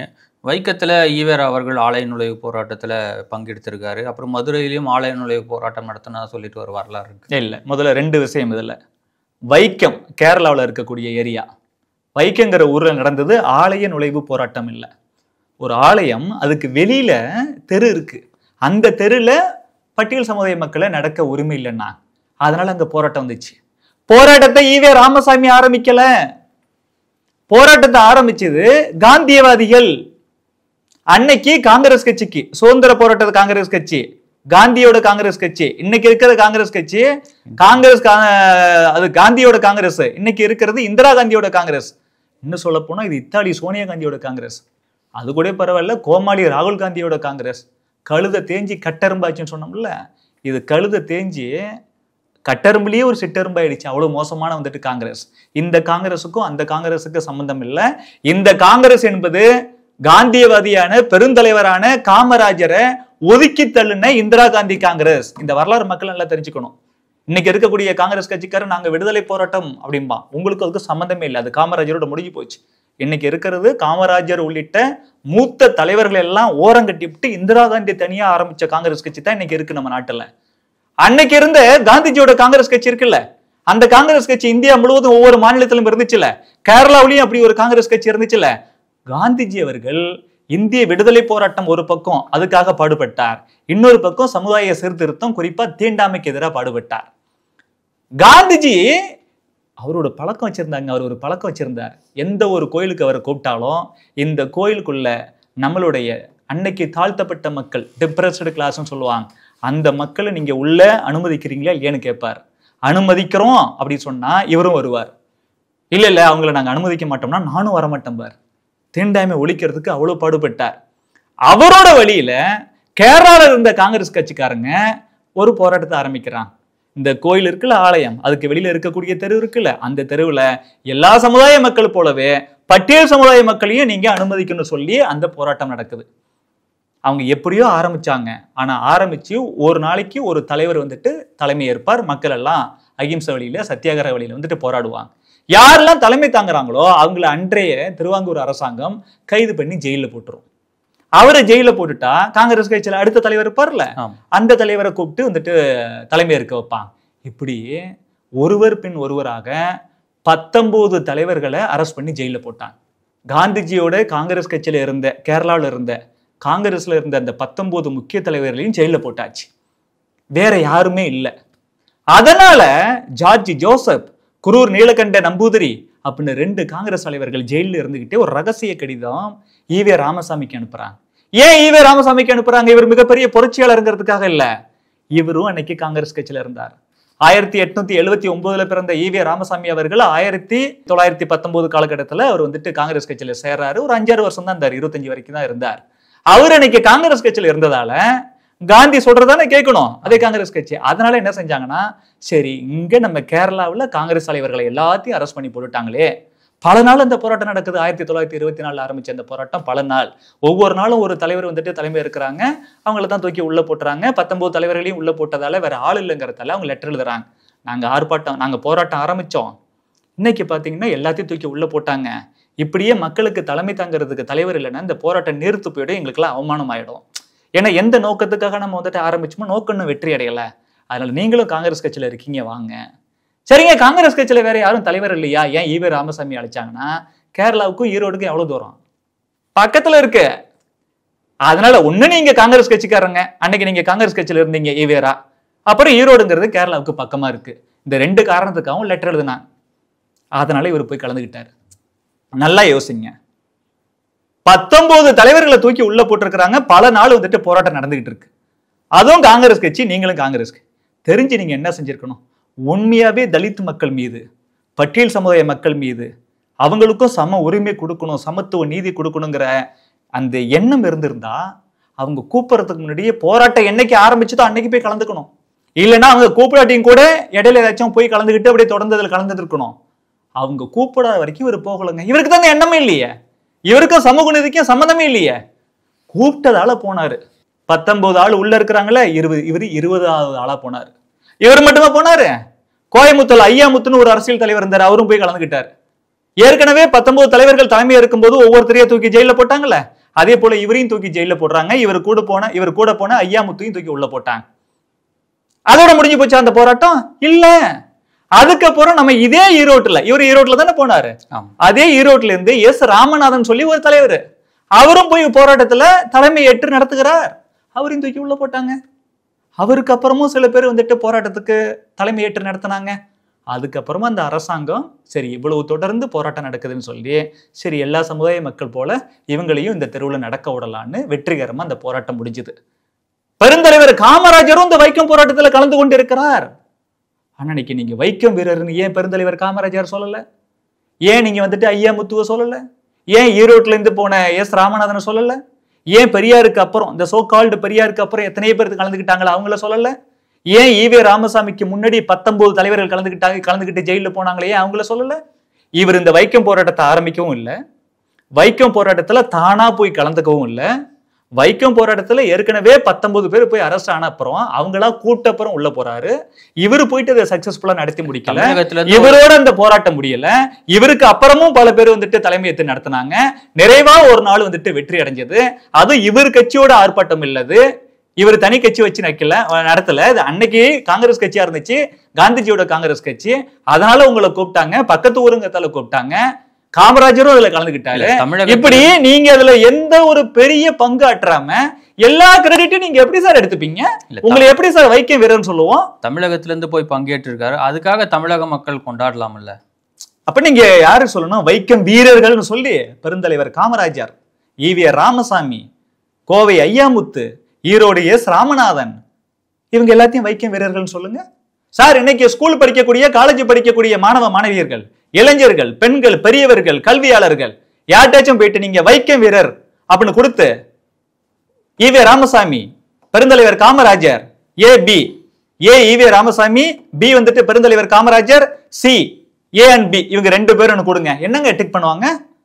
ஈவே ராமசாமி மட்டும் தான் டிக் பண்ணுவாங்க. அந்த மாதிரி நீங்க பொய் சொல்லி வச்சிருக்கீங்க சார், எப்படி ஏத்துக்க முடியும்? அதனால அதுல இவரோட பங்குங்கிறது வெரி மினிமல். நம்ம ஊர்ல சொல்லுவாங்க 10ஓட 11 கலந்துக்கிட்டு பெரிய ஆளுன்னு சொல்றான் அப்படின்னு. 10ஓட 11 கலந்துக்கிட்டாவே நீங்க கிரெடிட் எடுத்துக்க கூடாது. நீ 19க்கு அப்புறம் 20 ஆளா கலந்துக்கிட்டு நான் தான் வைக்கம் வீரர் அப்படின்னா யார் ஏத்துப்பா? ஆரம்பிச்சது காந்தியவாதிகள். சரி, அங்க இப்படி உண்மையாவே உங்களுக்கு பட்டியல் சமுதாய மக்கள் மீது உங்களுக்கு பாசம் இருந்திருந்தா, சமூக நீதியில நம்பிக்கை இருந்திருந்தா, எல்லாரும் சமத்துவமா ஈக்குவலா இருக்கணும்னு நினைச்சிருந்தா கேரளாவில் இந்த மாதிரி நடந்துச்சுப்பா. அந்த போராட்டத்தை நம்ம ஆரம்பிச்சோமோ இல்லையோ, காந்திவாதிகள் ஆரம்பிச்சாங்க, சக்சஸ்ஃபுல்லா முடிஞ்சது. தமிழ்நாட்டிலையும் எத்தனையோ கோவில்கள் இருக்குதே. நாம இங்க வந்துட்டு பட்டியல் சமுதாய மக்களை உள்ள விட மாட்டேங்கிறாங்களே, நாம இங்க ஆலய நுழைவு போராட்டம் நடத்துவோம். நடத்திருக்கணும்ல சார். 1924 அது நடந்துச்சு இல்ல? நீங்க 1973 வரைக்கும் வாழ்ந்தீங்களே. அந்த போராட்டம் நடந்த அப்புறமும் கூட நீங்க 50 வருஷம் வாழ்ந்தீங்களா சார்? ஒரே ஒரு கோயிலுக்குள்ள நீங்க பட்டியல் சமுதாய மக்களை கூட்டு போயிருக்கீங்களா? இல்ல. நீங்க எந்த பார்ப்பனர் சொல்லி ரொம்ப மட்டம் தட்டுறீங்களோ, மூதறிஞர் ராஜாஜி, அவரு 1937 தமிழகத்தோட முதலமைச்சரா வந்த அப்புறம்தான் தனியா சட்டமே போடுறாரு. எல்லா கோயில்களையும் பட்டியல் சமுதாய மக்களுக்கும் நீங்க திறந்து விடணும், அவங்களுக்கும் சம உரிமை உண்டு. யாருங்க காமராஜர், யாருங்க ராஜாஜி? தேசியவாதிகள். அவங்கத்தான் அந்த தீண்டாமைக்கு எதிராக நிறைய பாடுபட்டு இருக்கிறான். அதுவும் மூதறிஞர் ராஜாஜி இருக்கிறார்ல, பெரிய அகில இந்திய தலைவரா வந்தப்புறம் இதை செஞ்சார் நினைக்காதீங்க. சேலத்துல ஒரு சேர்மனா இருந்தார். ஆக்சுவலி அவர் சேலத்துல சேர்மனா இருக்கும் பொழுது ஈரோட்ல ஈவே ராமசாமி சேர்மனா இருந்தார். ஆனா அவர் எவ்வளவு நல்ல மனுஷன், எவ்வளவு அறிவாளி. அதனாலதான் இந்தியாவிலேயே பெரிய இந்த கவர்னர் ஜெனரல் ஆஃப் இந்தியாங்கிற பதவிக்கே வந்தார். இவரு குண்டு சட்டிலேயே குதிரை ஓட்டி 4 அள்ள கைங்களை வச்சுக்கிட்டு பெரியார் பெரியார் பெரியார்னு மட்டும் பட்டம் மட்டும் கொடுத்து பில்டப் கொடுத்து இங்கேயே சுருங்கிட்டார். அவர் சேலத்துல சேர்மனா இருக்கும் பொழுது, நகராட்சி சேர்மனா இருக்கும் பொழுது ஒரு அக்ரகாரம் இருக்கு. அக்ரகாரம் தெரியும். பிராமணர்கள மிகப்பெரிய சீர்திருத்தவாதிகள், தேசியவாதிகள், தமிழ் பற்றார்கள் எத்தனை பேர் உண்டு. ஒருத்தர் 2 பேர் அப்பவும், சில பேர், எல்லா சமுதாயத்திலும் 4 நல்லவன் 4 விவரம் தெரியவன் இருக்குதானே செய்வான். அவங்க வந்துட்டு என்ன செஞ்சிருக்கிறாங்கன்னா, இந்த வாட்டர் டேங்க் இருக்கு, வாட்டர் டேங்க் டெய்லியும் ஓப்பன் பண்ணி விடணும். இத்தனை மணிலேருந்து இத்தனை மணி வரைக்கும் தண்ணி வரும் அப்படிலாம் இன்னும் கிராமத்திலாம் உண்டு. ஓப்பன் பண்ணி விடுற பையன், தனி டேங்க் ஓப்பன் பண்ணி விடுற பையன் எஸ்சி. அதனால அங்க இருந்து சில பிராமணர்கள், இந்த பையன் எஸ்சி, நாங்களாம் பிராமணர்கள், இவன் எப்படி வந்துட்டு நாங்க குடிக்கிற தண்ணியை அந்த வாட்டர் டேங்கை ஓப்பன் பண்ணி விடலாம், இந்த வேலைக்கு இவன் எப்படி வைக்கலாம், அவனை நீக்குங்க அப்படின்னு அந்த நகராட்சி சேர்மனா இருந்த மூதறிஞர் ராஜாஜிட்ட சொல்லியிருக்கிறாங்க. அவர் என்ன செஞ்சாராம், அது வரைக்கும் அந்த பையன் வந்துட்டு கான்ட்ராக்டா வேலை பார்த்துருக்கிறான், ஒப்பந்த அடிப்படையில் வேலை பார்த்துருக்கிறான். ராஜாஜி இது கேள்விப்பட்டு, ஓஹோ அவன் எஸ்சி, நீங்க எல்லாம் பிராமணர்கள், அவன் தண்ணி திறந்து விட்டா உங்களுக்கு தீட்டுப்பட்டு போகும், அதனால வந்துட்டு அவனை வேலையை விட்டு நீக்கணும், அவ்வளவுதானே, சரி அப்படின்ட்டு அது வரைக்கும் அவன் கான்ட்ராக்ட்ல வேலை பார்த்தான்ல, அவனை பர்மனண்டா ஆக்கி விட்டாரான். அவன் தான் இனிமேலும் உங்களுக்கு தண்ணி போடுவான், இஷ்டப்பட்டா குடி இல்லைன்னா போ. எவ்வளவு பெரிய புரட்சியவாதி, அப்படிப்பட்ட தலைவர் அவரு தான் ஆலய நுழைவு போராட்டத்துக்கு சட்டம் போட்டாரு. அவரு சொல்லித்தான் வைத்தியநாத ஐயர் பசும்பொன் முத்துராமலிங்க தேவரோட ஒத்துழைப்போட மதுரை மீனாட்சி அம்மன் ஆலயத்துல பட்டியல் சமுதாய மக்களையும் உள்ள அழைச்சிட்டு போனாரு. இப்ப ராஜாஜி தீண்டாமைக்கு எதிராக போராடி இருக்கிறாரு, வைத்தியநாத ஐயர் வந்துட்டு தீண்டாமைக்கு எதிராக ஆலய நுழைவுக்குள்ள மக்களை கூட்டு போயிருக்கிறாரு, பசும்பொன் முத்துராமலிங்க தேவர் எல்லாம் உள்ள கூட்டு போயிருக்காரு. இவங்களெல்லாம் நீங்க ஜாதி தலைவர் சொல்லிவிட்டு இது எதுவுமே செய்யாத ஈவே ராமசாமி பெரியார். ராஜாஜி யார்? சாதியை ஒழிச்ச தலைவர். அப்படிங்கிற எங்க சாதியை ஒழிச்சாரு? இப்பங்க ரீசெண்டாங்க ஈவே ராமசாமி பத்தி, பெரியார் பத்தி ஒரு படம், சினிமா படம் எடுத்தாங்க. தமிழ்நாட்டுல பெரியார் இருக்கு, பக்கத்துல ஆந்திராவில் ஓட்டினாங்க அந்த படம் பேர் என்ன தெரியுமா வச்சாங்க? ஈவே ராமசாமி நாயக்கர். இவர் தான் ஜாதி ஒழிச்சாராம். இந்த குரூப்பு தான் ஜாதி ஒழிச்சுதான். யாருக்கிட்ட ஏமாத்துறீங்க? ஏமாத்தலாம். அதான் நீங்க எங்க பாட்டம் போட்டு ஏமாத்திருக்கலாம், எங்க அப்பா கூட ஏமாத்திருக்கலாம். அறிவார்ந்த தமிழக இளைஞர்களை இனிமே நீங்க ஏமாத்த முடியாது. இந்து, முஸ்லீம், கிறிஸ்டின் உள்ளிட்ட எல்லாருமே எல்லாத்தையும் வரலாறு படிக்கிறான், எதிர்த்து கேள்வி கேட்கிறான். இனிமேலும் இந்த பெரியாருங்கிற அப்படிங்கிற சீனு எடுபடாது. இந்த உண்மையை சொல்லதான் கோர்ட்டே சொல்லிடுச்சு, சமுதாயத்துல பதற்றம் வருது. இந்த மாதிரி கருத்தெல்லாம் ஒரு ஆசாமி சொல்லியிருக்காருன்னா பதற்றம் வரத்தானே செய்யும். சென்னையில எந்த இடம் எனக்கு நினைவு இல்லை சரியா, கருணாநிதி அவர்கள் ஈவேரா பேரை போட்டு அவர் ஒரு சுதந்திர போராட்ட தியாகி அப்படின்ற மாதிரி ஒரு கல்வெட்டை வச்சிருக்காங்க. கருணாநிதி அவர்கள் உண்மையை சொல்லியிருந்தா தான் உங்களுக்கு ஆச்சரியம். நெஞ்சுக்கு நீதினு சொல்லிட்டு அதுல ஃபுல் ஆஃப் லைஸ் எல்லாம், அது ஒரு பொய் மூட்டை, அது அவ்வளோ சொல்லி வச்சிருப்பாரு. இவருக்கும் சுதந்திர போராட்டத்துக்கும் என்னங்க சம்பந்தம்? அதான் 1919 1925 வரைக்கும் ஒரு 5-6 வருஷம் காங்கிரஸ் கட்சியில இருக்கும் பொழுது ஒத்துழைமை இயக்கத்துல கலந்துக்கிட்டார். அதுவும் வஉசி போலவோ முத்துராமலிங்க தேவர் போலவோ ஒன்றும் வந்துட்டு புரட்சிகரமான வழியில, நேதாஜி வழியில அப்படிலாம் போராடல. அகிம்சை வழியில போராடினார் காந்தி. நம்ம காந்திய போராட்டத்தை வந்துட்டு குறைச்சி மதிப்பிடலாம், எல்லாமே சமம். புரட்சிகரமா போராடுறது எவ்வளவு முக்கியமோ அதே மாதிரி அகிம்சை வழியில சத்தியாகிரகம் பண்றதும் முக்கியம் தான், சமம் தான். இவர் வந்துட்டு அகிம்சை வழியில காந்தி சொன்னதை கேட்டு நடந்துகிட்டார், ஒத்துழைமை இயக்கத்துல கலந்துக்கிட்டார், அவ்வளவுதான். இவர் சிறை சென்றதாக என்ன வரலாறு இருக்கு? இல்ல சிறையை சென்றிருந்தாலும் கூட எத்தனை வருஷம் அவர் ஜெயில இருந்தாரு? வஉசி அவர்கள் 4 ஆண்டுகளுக்கு மேல சிறையில இருந்திருக்கிறார். முத்துராமலிங்க தேவர் அவர்கள் 5-6 வருஷத்துக்கு மேல சிறையில இருந்திருக்கிறார். பெருந்தலைவர் காமராஜர் வருஷ கணக்குல சிறையில இருந்திருக்கிறார். மூதறிஞர் ராஜாஜி சிறையில இருந்திருக்கிறார். கக்கன் அவர்கள் 18 மாசம் வெள்ளை எண்ணெய் வெளியேறு இயக்கத்துல கலந்துகிட்ட 18 மாசம் சிறையில இருந்திருக்கிறார். இவர் எங்க சிறையில இருந்தாரு? நாட்டுக்காக போராடி இருக்கிறாரா? கட்சி காங்கிரஸ் கட்சி விட்டு வெளில வந்துட்டார். அப்புறம் சுயமரியாதை இயக்கம், நீதி கட்சி, திராவிடர் கழகம் இப்படிலாம் ஆரம்பிச்சு வாழ்ந்தாருல. 1947 தானே சுதந்திரம் வாங்கணும். இவர் ஏதாச்சும் போராடி இருக்கிறார். அதுக்கப்புறம் காங்கிரஸ் கட்சியில இருக்கும்போது ஒத்துழைமை இயக்கத்துல கலந்துகிட்டாரு ஒழிய அதுக்கப்புறம் இவர் விடுதலை போராட்டத்துல கலந்துகிட்டதே கிடையாது. இப்ப இவர் காங்கிரஸ் கட்சியில இருக்கும் பொழுது விடுதலை போராட்டத்துல அகிம்சை வழியில ஒத்துழைமை இயக்கத்துல கலந்துகிட்டதால அது இவருக்கு கிரெடிட் இல்ல. காந்திஜி சொன்னதை எல்லா காங்கிரஸ்காரங்களும் கேட்டாங்க, இவரும் கேட்டாரு, அவ்வளவுதான். கட்சியை விட்டு வெளில வந்த அப்புறம் தனியா இயக்கம் கண்ட பிறகு சுதந்திர போராட்டத்துல கலந்துகிட்டா நான் விடுதலை போராட்ட வீரன் சொல்லலாம். நீங்க அதை செய்யல. செய்யாம அவரே சொல்லியிருக்காருங்க, வெள்ளையன் நம்ம நாட்டை விட்டு வெளியேறுவதற்கு நான் குறுக்கே நின்றேன், அது உண்மைதான். இந்தியாவோட சுதந்திரத்துக்கு நான் துரோகம் செஞ்சேன், அது உண்மைதான் அப்படின்னு அவரே சொல்லியிருக்கிறாரு. முகமது அலி ஜின்னா மதத்தின் அடிப்படையில் இந்த நாட்டை 2ஆ பிரிக்கணும், இந்துஸ்தான் பாகிஸ்தான், எங்களுக்கு பாகிஸ்தான் கொடுக்க நான் தனியா போயிடுறேன் அப்படின்னாரு. அதே மாதிரி இந்த ஆசாமி ராமசாமி இருக்காருல்ல, எங்களுக்கு திராவிடஸ்தான் சொல்லி தனியா கேட்டார். 1938 கிரீப்ஸ் தூதுக்குழுங்க வரும்பொழுது அவங்கள போய் சந்திச்சு திராவிடஸ்தானும் சொல்லி எங்க திராவிட நாடு தனியா கொடுன்னு கேட்டார். அண்ணாதுரையும் கூட போனது. இந்த திமுக கும்பல் வந்துட்டு அடைந்தால் திராவிட நாடு இல்லையால் சுடுகாடுன்னு சொன்ன கும்பல் நாடு விடுதலைக்கு அப்புறம் கூட 1960 இந்த மாதிரி கேட்டிருக்கிறாங்க. 1968 வரைக்கும் கூட கேட்டிருக்காரு இந்த இவர் ராமசாமி. திமுக மட்டும் 1962 இந்தியாவுக்கும் சீனாவுக்கும் யுத்தம் வரும் பொழுது அன்றைய பிரதமர் ஜவஹர்லால் நேரு அவர்கள் கூப்பிட்டு மிரட்டி விட்டாங்க. கட்சி இருக்காது, தூக்கி எல்லாத்தையும் உள்ள போட்டுரும் அப்படிங்கிற மாதிரி மிரட்டி விட்டதால இவங்க அப்படியே இந்த திராவிட நாடு கொள்கையை அப்படி விட்டுட்டாங்க. இவங்க புலிகேசிகள் ஊயும்பாங்க.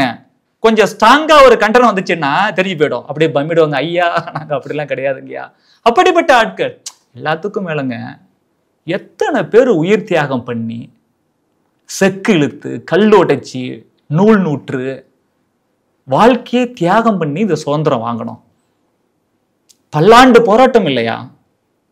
போராடி 1947 ஆகஸ்ட் 15ஆம் தேதி சுதந்திரம் வாங்கணும். நாடே இந்த சுதந்திரத்தை கொண்டாடுது. இந்த தீகா குரூப் ஈவே ராமசாமி மட்டும் இது ஒரு துக்க நாள் அப்படிங்கிறார். இன்றைக்கு வரைக்கும் அது கருப்பு நாளாதான். எவ்வளவு கொடுமையான விஷயம் இது, எவ்வளவு கொடுமையான விஷயம் யோசிச்சு பாருங்க. இன்னைக்கும் நமக்கு வரலாறு தெரியுதோ தெரியலையோ, சின்ன குழந்தைகள்ல இருந்து பெரியவங்க வரைக்கும் ஆகஸ்ட் 15 அன்னைக்கு சுதந்திர தினம் அப்படின்னா நம்ம எவ்வளவு அந்த தேசிய கொடியை குத்திக்கிட்டு எவ்வளவு சந்தோஷமா இருக்கிறோம். அன்னைக்கு நெஞ்சில எவ்வளவு பெரிய உணர்ச்சி வருது. ஆனா இது துக்க நாள்னு சொன்னார். அதோட விட்டாரா? 1950 ஜனவரி 26ஆவது நாள் நம்ம நாடு குடியரசு நாடா மாறுது. அதனாலதான் ஒவ்வொரு வருஷமும் ஜனவரி 26 நம்ம என்ன குடியரசு தினம் கொண்டாடுறோம். அந்த குடியரசு தினத்தையும் இவரு துக்க தினங்கிறாருங்க. நிறைய பேருக்கு இவர் ஆகஸ்ட் 15 துக்க நாள்னு சொன்னது தெரியும், ஜனவரி 26 இவர் துக்க நாள் சொன்னது நிறைய பேருக்கு தெரியல. அப்புறம் இவர் என்ன மனுஷன் இவரு? அதோட விட்டாராங்க. நம்ம 1950 ஜனவரி 26 நாடு குடியரசு நாடா அனுச்சு. அன்னைக்குதான் அண்ணல் அம்பேத்கர் அவர்கள் உருவாக்கி கொடுத்த அரசியலமைப்பு சட்டம் நடைமுறைக்கு வந்துச்சு. நடைமுறைக்கு வந்தது ஜனவரி 26 1950 இருந்தாலும் 1949 வருஷம் நவம்பர் மாசம் 26ஆம் தேதிய அண்ணல் அம்பேத்கர் தலைமையிலான வரைவு குழு வரைந்து கொடுத்த அந்த அரசியலமைப்பு சட்டத்தை நம்ம ஏற்றுக்கொண்டோம். Constituent Assembly adopted the Constitution of India in November 26, 1949. அந்த நாளுக்கு ஒரு முக்கியத்துவம் எல்லாமே இருந்துச்சு. மோடி என்ன தர்மம் செஞ்சாரு? பிரதமர் ஆனப்புறம் 2014 பிரதமர் ஆனப்புறம் நம்ம இந்த ஜனவரி 26 குடியரசு தினமா கொண்டாடுறோம், நல்ல விஷயம். ஆனா அம்பேத்கர் உருவாக்கி கொடுத்த அரசியலமைப்பு சட்டம் நவம்பர் 26 1950 ஏத்துக்கிட்டோம்ல, அந்த தினத்துக்கு ஒரு முக்கியத்துவம் வேணும் அப்படின்னு இந்த நவம்பர் 26 கான்ஸ்டிடியூஷன் டே, லா டேன்னு அனௌன்ஸ் பண்ணி அன்னைக்கு நம்ம நாட்டு மக்கள் குறிப்பா பள்ளி கல்லூரி மாணவ மாணவிகள் அண்ணல் அம்பேத்கரை பத்தி நம்ம நினைச்சு பார்க்கணும். அண்ணல் அம்பேத்கர் அவர்கள் உருவாக்கி கொடுத்த இந்திய அரசியலமைப்பு சட்டத்தை பத்தி நம்ம புரிஞ்சுக்கணும், தெரிஞ்சுக்கணும். கொளுத்திட்டு அவங்களாம் தூக்கி ஜெயில போட்டாங்க. அந்த 4000 பேர்ல ஜெயிலே 15 பேர் செத்து போயிட்டான். அவன் குடும்பம்லாம் என்ன ஆகுறது? நாட்டுக்காக ஒருத்தன் பாடுபட்டு செத்து போயிட்டான் அப்படின்னா அவன் தியாகி. மொழிக்காக ஒருத்தன் பாடுபட்டான், மக்களுக்காக பாடுபட்டு உயிர் நீத்தானா அவன் மிகப்பெரிய தியாக தலைவன். ஆனா நீ அம்பேத்கர் உருவாக்கி கொடுத்த அரசியலமைப்பு சட்டத்தை கொளுத்த சொல்லி அதனால ஜெயிலுக்கு போய் அதுல 15 பேர் செத்து போயிட்டான அவன் குடும்பம்லாம் என்ன இருக்கும்? இப்படிப்பட்ட ஆசாமியை எப்படிங்க நம்ம பெரியார்னு ஏத்துக்க முடியும்? அதோட விட்டாரா 1960 நம்ம இந்திய தேசத்தோட வரைபடம் இருக்குல்ல, மேப்பை இவரே கொளுத்தி விட்டாருங்க. எவ்வளவு பெரிய தேச துரோகி! எப்படி இவரை ஏத்துக்க முடியும்? நம்ம இவரால என்னங்க நடந்துச்சு? நாட்டு மக்களுக்கு நடந்ததெல்லாம் கெட்டது, நல்லதே நடக்கல. அதான் உண்மை. தமிழுக்காக ஈவேரா பல்வேறு போராட்டங்களை முன்னெடுத்திருக்காரு, தமிழருக்காகவும் போராட்டங்களை முன்னெடுத்திருக்காரு அப்படின்ற ஒரு கருத்தை முன் வைக்கிறாங்கல்ல. இல்லவே இல்லை. தமிழை காட்டுமிராண்டி மொழிங்கிறாரு. உடனே இந்த திமுக குரூப் இருக்குல்ல, அவர் எந்த கான்டெக்ட்ல சொன்னான்னு புரிஞ்சுக்கணும். காட்டுமிராண்டி மொழின்னா ஆதி காலத்திலேருந்து இருக்குன்னு அர்த்தம். அப்படி பெருமைப்படுத்தி பேசினாரு, சும்மா போற போக்குல சொல்லிட்டு போனாரு. அப்படி சொல்லலாம் முட்டு கொடுப்பாங்க. ஆனா அவர் என்ன தெரியுமா சொல்றாரு? ஆமா, தமிழ் காட்டுமிராண்டி மொழி தான். நான் இன்னைக்கு நேத்தா சொல்றேன், பல வருஷமா தொடர்ந்து சொல்லிட்டு வரேன்டா அப்படிங்கிறாரு. நீ தமிழனா இருந்தா தாய்மொழி எவ்வளவு குறைவா பேசுவியா? உங்களோட தாய்மொழி கன்னடம். ஈவே ராமசாமி அவர்களோட தாய்மொழி கன்னடம். அதனாலதான் அவருக்கு தமிழ் மீது வெறுப்பு. தமிழ சனிங்கிறது, தமிழ் தாய்க்கு என்னடா கொம்பு முளைச்சிருக்காங்கிறது, தமிழ் தாய்ங்கிறது முட்டாள்தானங்கிறது, தமிழ் தாய் உன்னை படிக்க வச்சாலாங்கிறது, வீட்டுல வந்துட்டு உன் பொண்டாட்டி கூட இங்கிலீஷ்ல பேசு, பிள்ளைங்க கூட இங்கிலீஷ்ல பேசு, வீட்டு வேலைக்காரி கூட இங்கிலீஷ்ல பேசு, தமிழ்ல என்ன இருக்குன்றது, தொல்காப்பியரை அது எத்தனை வருஷத்துக்கு முன்னாடியே, ஆயிரக்கணக்கான வருஷத்துக்கு முன்னாடி தோன்றிய நூல், தமிழின் முதல் நூல். அதுக்கு முன்னாடி அகத்தியம் கிடைக்கல, இப்ப கிடைச்சதுலயே தொல்காப்பியம் தான் கிடைச்சிருக்கு. அந்த தொல்காப்பியரை ஆரிய கைக்கூலின்றது உலக பொதுமுறையான எங்க தமிழின் பெருமிதம். பிரைம் மினிஸ்டர் நரேந்திர மோடி இந்தியாவில் உள்ள மற்ற மாநிலங்கள், உலகத்தில் இருக்கக்கூடிய பல்வேறு நாடுகள் எங்க போனாலும் திருக்குறளை பத்தி புகழ்ந்து பேசுறாரு. அந்த திருக்குறளை தங்கத்தட்டுல வைக்கப்பட்ட மலன் சொல்றது, கம்பராமாயணத்தை எரிக்கிறது. இந்த வாழ்க்கையா இருந்தாலும் சரி, ஆப்டர் டெத் மேலுலக வாழ்க்கையா இருந்தாலும் சரி, ரெண்டுக்குமே பயனளிக்கக்கூடிய பெரிய புராணம் அப்படின்னு சொல்றோம். அறிஞர்கள் எல்லாம் அப்படிதான் சொல்றாங்க. அந்த பெரிய புராண ஆராய்ச்சின்னு சொல்லி அதை கொச்சப்படுத்தி பேசுறது. நீங்க என்ன தமிழுக்கு நல்லது செஞ்சீங்க? எழுத்து வந்துட்டு சிலப்பதிகாரத்துல கண்ணியை கொச்சப்படுத்தி பேசுறது, ஒரு குறியீடா கோவலனுக்காக அங்க அநீதி நடந்துருச்சு அப்படிங்கிறதுக்காக அந்த நெஞ்சில எரியக்கூடிய தீ பத்தினி சொல் வந்துட்டு பலிக்கும். அதனால அவ கண்ணகி பத்தினி, அவ நெஞ்சில தீ எரியுது. குற்றம் செய்யாத என்னோட கணவன் இந்த மாதிரி நீங்க மரண தண்டனை கொடுத்துட்டீங்களே, தண்டிச்சிட்டீங்களே அப்படின்னு கோபத்துல நான் பத்தினியா இருந்தா நான் நியாயத்தை பேசுறேன், அது உண்மைன்னா இந்த மதுரை பற்றி எரிட்டுன்னு சொல்லி அத குறியீடா தன்னோட மார்பை திருகி எறிந்தாலும் மதுரை பற்றி எரிந்ததுன்னு இளங்கோவடிகள் சொன்னா, கண்ணகியோட மார்பு என்ன பாஸ்பரஸ் கொண்டான்னு கேட்கறது எவ்வளவு நக்கலு! எங்க தமிழை இவ்வளவு மோசமா பேசிவிட்டு இவரு வந்துட்டு தமிழுக்கு அவர் என்ன செஞ்சாரு? ஒண்ணுமே சொல்ல, எழுத்து சீர்திருத்தம் சொல்லிவிட்டு தமிழ் எழுதுறது, தமிழ் எழுத்து கூட ஆங்கில எழுத்தையும் போட்டு எழுதுறது. அது எப்படி எழுதலாமா? ஒரு எழுத்து இங்கிலீஷ்ல இருக்கும், அப்புறம் மற்ற எழுத்துலாம் தமிழ்ல இருக்கும். இப்படி எழுத முடியுமா ஒரு வார்த்தையை? நான் அம்மானா ஏ, அப்புறம் இம்மா, இங்கிலீஷ் ஏ போட்டு தமிழ்ல இம்மா அப்படின்னு போட்டா கரெக்டா? இப்படி உலகத்துல எந்த பைத்தியக்காரனாச்சும் அப்படி சொல்லுவானா சீர்திருத்தம் கொண்டு வருவானா? அப்புறம் என்ன நீங்க தமிழுக்காக பாடுபட்டீங்க? தமிழர் எவ்வளவு கொச்சப்படுத்தி பேசுறது கேட்கறாங்க. ஒரு டைம் கேள்வி, தமிழனுக்கு தலைமை தாங்க ஒரு தமிழன் இல்லையா அப்படி கேட்கும்போது அவர் சொல்றாரு, ஆமா தமிழனுக்கு தலைமை தாங்க தமிழ் எவனுக்கும் தகுதி இல்லை, அதனால தான் கன்னடத்தை நான் வந்துட்டு தலைமை தாங்குறேன். நான் மறுபடியும் சொல்றேன், கன்னடர்கள், மலையாளம் பேசக்கூடிய மக்கள், தெலுங்கு பேசக்கூடிய மக்கள் எல்லாமே தமிழகத்துல இருக்கக்கூடிய எல்லாமே எங்களோட உறவுகள். நாம சீமானு போல பெத்துக்குழி தனமா பேச மாட்டோம்.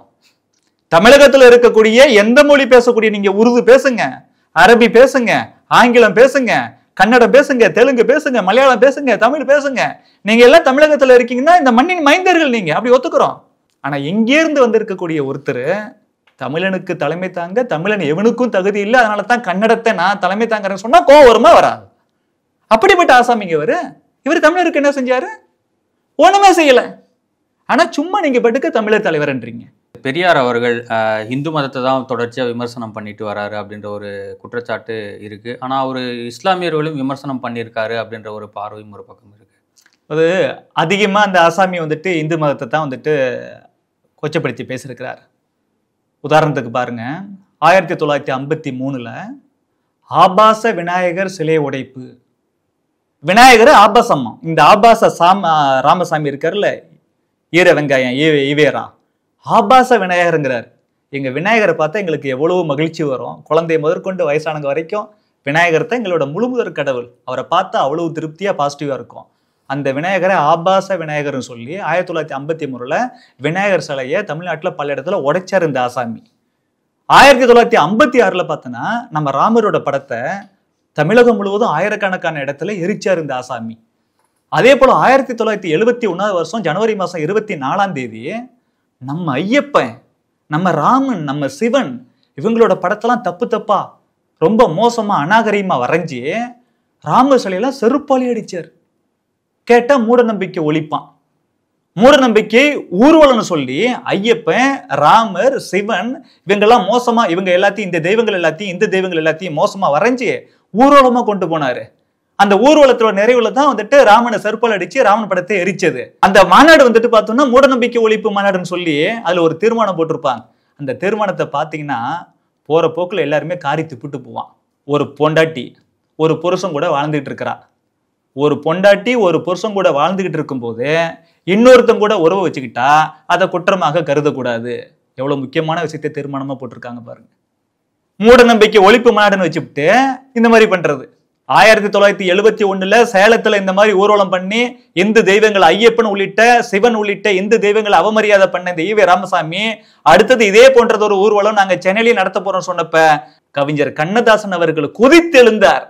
இவ்வளவு மோசமான விஷயத்தை நீங்க அங்க பண்ணதே தப்பு. அன்றைக்கு ஆட்சியில் இருந்த மு கருணாநிதி திமுக இந்த ஊர்வலத்துக்கு அனுமதி கொடுத்ததே தப்பு. இது போன்றத ஒரு இன்னொரு ஊர்வலத்தை நீங்க நடத்த முயற்சி பண்ணீங்கன்னா நான் விடமாட்டேன்னு சொல்லி எதிர்த்து பேசினாரு, எழுதினாரு. பயந்துகிட்டு நிறுத்திட்டாரு ஈவேரா, இல்லைன்னா நடந்திருக்கும். இப்படி இந்து தெய்வங்களுக்கு எதிராக இவங்க பண்ணது மட்டும் இல்லாம கம்பராமாயணத்தை பத்தி மோசமா பேசி, பெரிய புராணத்தை பத்தி மோசமா பேசி, இப்படிலாம் நம்மளோட பக்தி இலக்கியங்களை அவமரியாதை அவதூறு பண்ணது மட்டும் இல்லாம இஸ்லாமியர்கள் குறித்தும் மோசமா பேசியிருக்கிறார். உதாரணத்துக்கு பர்தா, கோசா, திரை இதெல்லாம் வந்துட்டு பெண்களை வீட்டுக்குள்ளே வச்சிருக்கக்கூடிய ஒரு மோசமான முறை அப்படின்னு இஸ்லாமிய பெருமக்களை போட்டிருக்கக்கூடிய இஸ்லாமிய சொந்தங்களை இஸ்லாமிய தோழிகள் போட்டிருக்கக்கூடிய அந்த பர்தாவை அந்த கோசாவை விமர்சனம் பண்ணி பேசின ஆசாமி தான் இந்த ஈவே ராமசாமி. அப்புறம் அந்த இஸ்லாமிய வழக்கங்களையும் குறை சொல்லியிருக்கிறார்.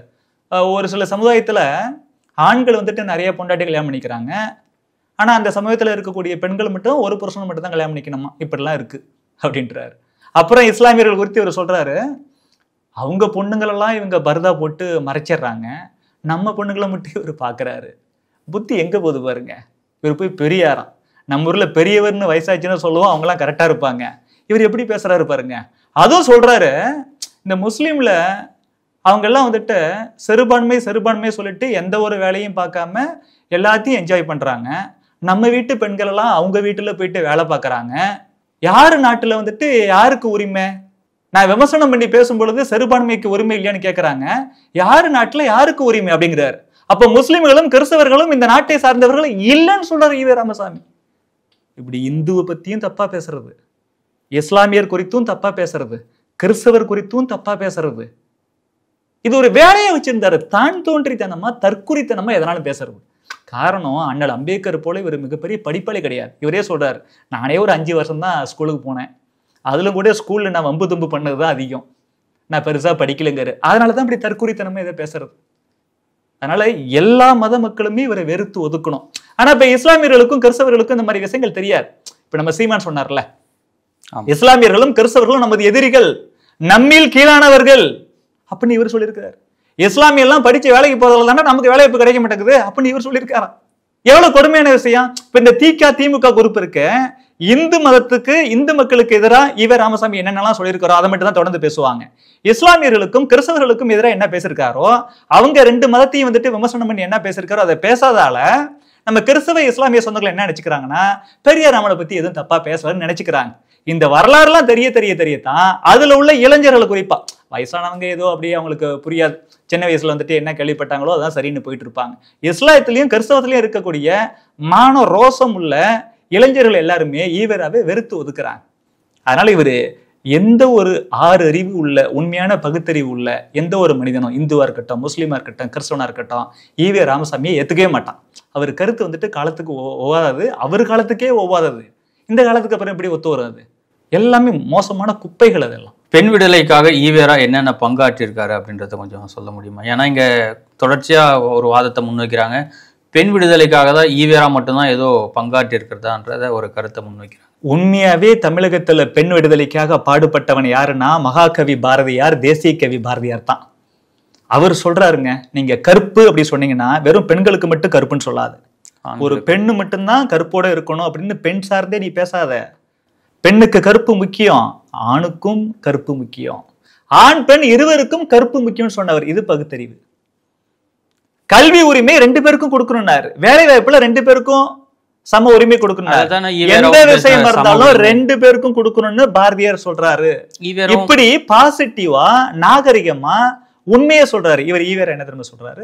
சம உரிமை. ஈவேரா பெண் விடுதலைக்கு என்ன காரணம் சொல்லியிருக்காரோ, எது வழிமுறையா சொல்லியிருக்காரோ அதுபடி பார்த்தோம்னா, அவர் சொல்றது நடந்தா தான் பெண் விடுதலை கிடைக்கும் அப்படின்னா, உலகத்துல எந்த ஜென்மத்திலையும் எந்த பொண்ணுக்கும் விடுதலை கிடைக்காது. என்ன சொல்லியிருக்காரு? காரணம் என்ன தெரியுமா? 1 by 1 சொல்றேன். அவர் சொல்றாரு, இந்த காதலுக்கு இதுலங்கிறதெல்லாம் சும்மா, அதெல்லாம் சாதாரணமா சொல்றாரு.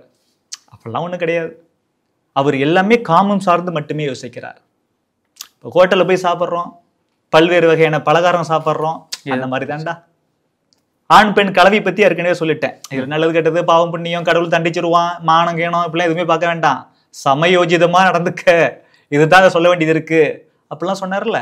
அதே போல அவர் சொல்றாரு, அண்ணல் அம்பேத்கர் சொல்லுகிறார், பலதார மனம் இருக்கக்கூடாது, ஒருத்தனுக்கு ஒருத்தி இப்படிதான் இருக்கணும், அதான் நாகரிகன்றார். இவர் என்ன தெரியுமா சொல்றாரு?